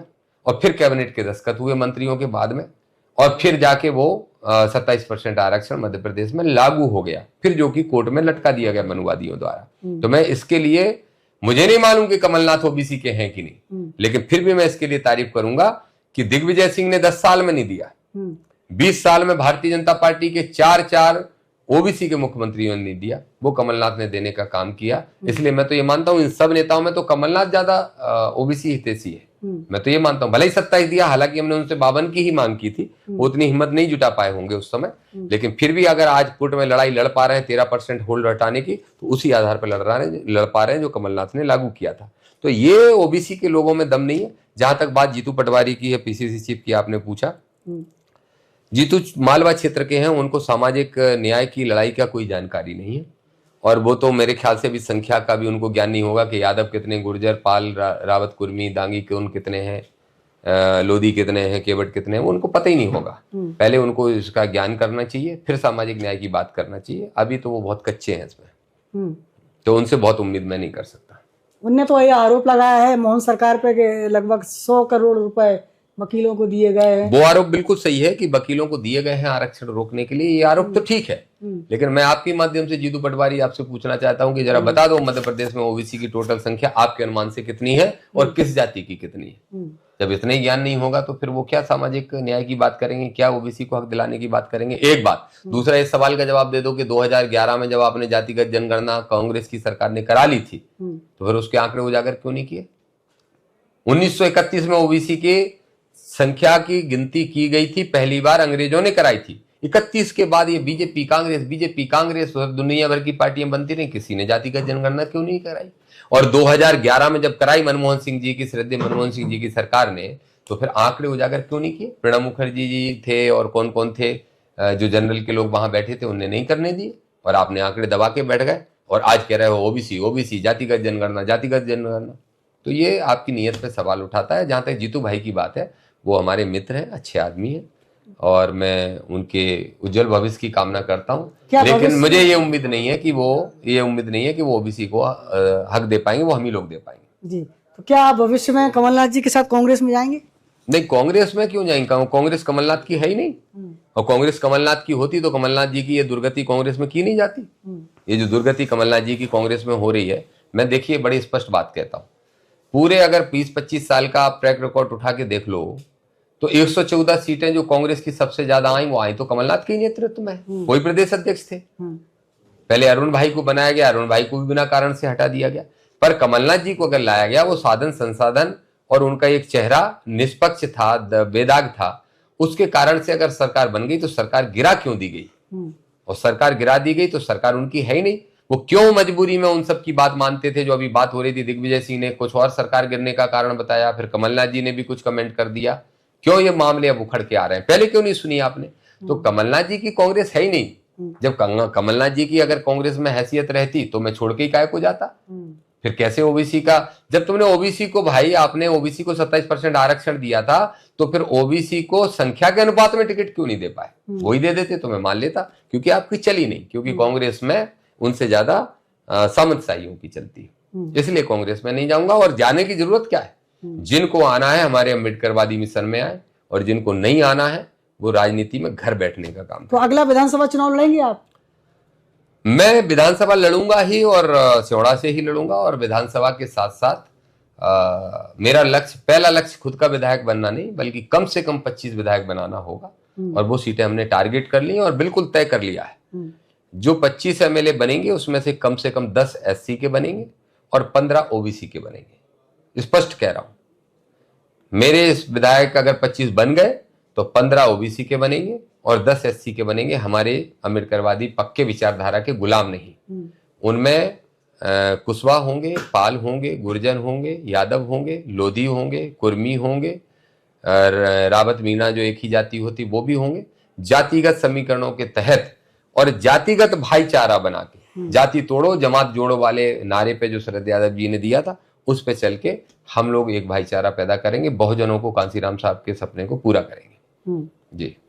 तो आप पर जिस तरीके से, आखिरी सवाल कर लेते हैं, जिस तरीके से आप पे जो आरोप लगाया गया आपके विधानसभा के लोगों ने कि आपको मैनेज किया गया था चुनाव में देखिए, ऐसा है कि मेरी लड़ाई मनुवादी और सामंतवादियों के खिलाफ है। दोनों की जड़ें हिली हुई हैं। जब ये आरोप ठीक उसी तरीके से है जिस तरीके से आरोप लगाया जाता था बाबा साहब पे कि वो अंग्रेजों के एजेंट थे, जिस तरह से आरोप लगाया जाता था महात्मा फुले पे कि ये धर्म को भ्रष्ट करने वाले व्यक्ति हैं, जिस तरह से आरोप लगाया जाता था कांसीराम साहब पे, एससी के ही लोग उन पे आरोप लगा के ये कहते थे कि समाज को हुक्मरान बनाने के नाम पे गुलाम बनाने का काम कर रहे हो। आज भी एक कांग्रेसी नेता कहता है कोई राजवाज क्या नाम है। और जिस तरह से आरोप मुलायम सिंह जी के ऊपर मुल्ला मुलायम कह के धर्म विरोधी का लगा दिया गया था। जो भी बहुजनों की लड़ाई लड़ेगा उस पे इस तरीके के आरोप कोई ना कोई लगाए जाएंगे। जो आरोप लगा रहा है उस राजा से पूछो, तथाकथित राजा से, राजा की तीसरी चौथी संतान से जो आरोप लगा रहा है उससे पूछो तुम्हारी हैसियत है दामोदर यादव को इस रूप में तौलने की, या उसकी हैसियत है जो विधायक बन के बैठा है। विधायक का मैं सम्मान करूंगा संवैधानिक पद पर होने के नाते, पर उसकी हैसियत भी है। वो मेरे से आधे से आधा भी डीजल पेट्रोल का खर्च कर ले तो मान जाऊंगा। ये तो छोड़िए, गरीब जनता में सहयोग करने के लिए जो सहयोग मैं या मेरा भाई केशव करता है या मेरे साथी एक एक करते हैं, उससे आधा सहयोग भी ये दोनों मिलके कर दें तो मैं मान जाऊं इनकी हैसियत है। इनकी औकात 2 कौड़ी की नहीं, वो 1 लाख कौड़ी के आदमी पे सवाल उठाएंगे। ये तो ठीक उसी तरीके से है, जब आसमान की तरफ थूकोगे तो तुम्हारे मुंह पे गिरेगा और कोई तुम्हारी बात का भरोसा नहीं करेगा, खुद मजाक बनोगे और मजाक बन गए। वो दामोदर यादव को कितने में खरीदा जा सकता है, क्या कीमत है आपकी? दामोदर यादव को इस देश में जितनी जिसकी संख्या भारी उसकी उतनी हिस्सेदारी देके खरीदा जा सकता है। 100 में से 85 दे दो, 15 जिसको जो लेना है ले लो। 1 लाख करोड़ भी दोगे तो नहीं खरीद पाओगे, ये आरक्षण दे दोगे तो खरीद लोगे। आखिरी सवाल करते हैं, क्या लक्ष्य है आपके जीवन का, क्या सोच है, क्या करना है आप? वही दूसरा कांसीराम बनना है, दूसरा कांसीराम बनना है, वही जीवन का लक्ष्य है और हर हाल में उसको पाके रहेंगे। नहीं चाहिए विधायकी, सांसदी, मंत्री, मुख्यमंत्री, मुख्यमंत्री के पद। अपने लोगों को हुक्मरान बनाना है। दामोदर विधायक बने ना बने, मंत्री बने ना बने, सांसद बने ना बने, मुख्यमंत्री बने ना बने, हमारे अपने वो लोग जो संविधानवादी अम्बेडकरवादी सोच के वो हुक्मरान बने। बस ये हमारा सपना है, यही आखिरी लक्ष्य है, यही जीवन का सबसे बड़ा लक्ष्य है। और इसी में मैं रम गया हूं, इसी में पूरी ताकत से काम कर रहा हूं और इसी में सबको शामिल करने की कोशिश कर रहा हूं। बहुत तेजी से लोग शामिल हो रहे हैं, ओबीसी के लोग बहुत तेजी से सुधर रहे हैं, इस बात की खुशी है जी। जो खूबसूरती दतिया जिले में आपकी होती थी कि वो वापस आ लौटेगी? खूबसूरती दिल की और खूबसूरती जज्बातों की और खूबसूरती इरादों की आदमी जन्म से भी लेके आता है और फिर कर्म से भी मिलती है, वो जिंदगी भर रहेगी।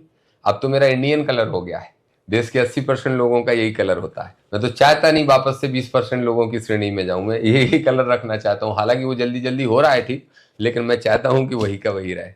बिल्कुल। तो आज आपकी जन अदालत न्यूज के एक्सक्लूसिव इंटरव्यू में आज आजाद समाज पार्टी के वरिष्ठ नेता और दलित पिछड़ा समाज संगठन के डीपीएसएस के राष्ट्रीय अध्यक्ष दामोदर यादव जी के साथ लगातार एक बड़ी चर्चा हमारे पॉडकास्ट इंटरव्यू में जुड़े हैं और तमाम वो सवाल पूछे गए हैं जो अक्सर आपके कमेंट में जो जवाब आते रहे हैं उनके जवाब आपको शायद मिल चुके होंगे। ये दामोदर यादव जी की स्वयं की अभिव्यक्ति है, स्वयं की स्वतंत्रता है जो उन्होंने अपने तमाम सवालों के जवाब दिए हैं। फिर भी आपके कोई सवालात हैं तो आप पूछ सकते हैं। जुड़े रहिए आपकी जनता न्यूज के साथ, फिर किसी बड़ी शख्सियत के साथ हाजिर होंगे। तब तक के लिए नमस्कार, बहुत बहुत धन्यवाद। बहुत बहुत धन्यवाद आपको।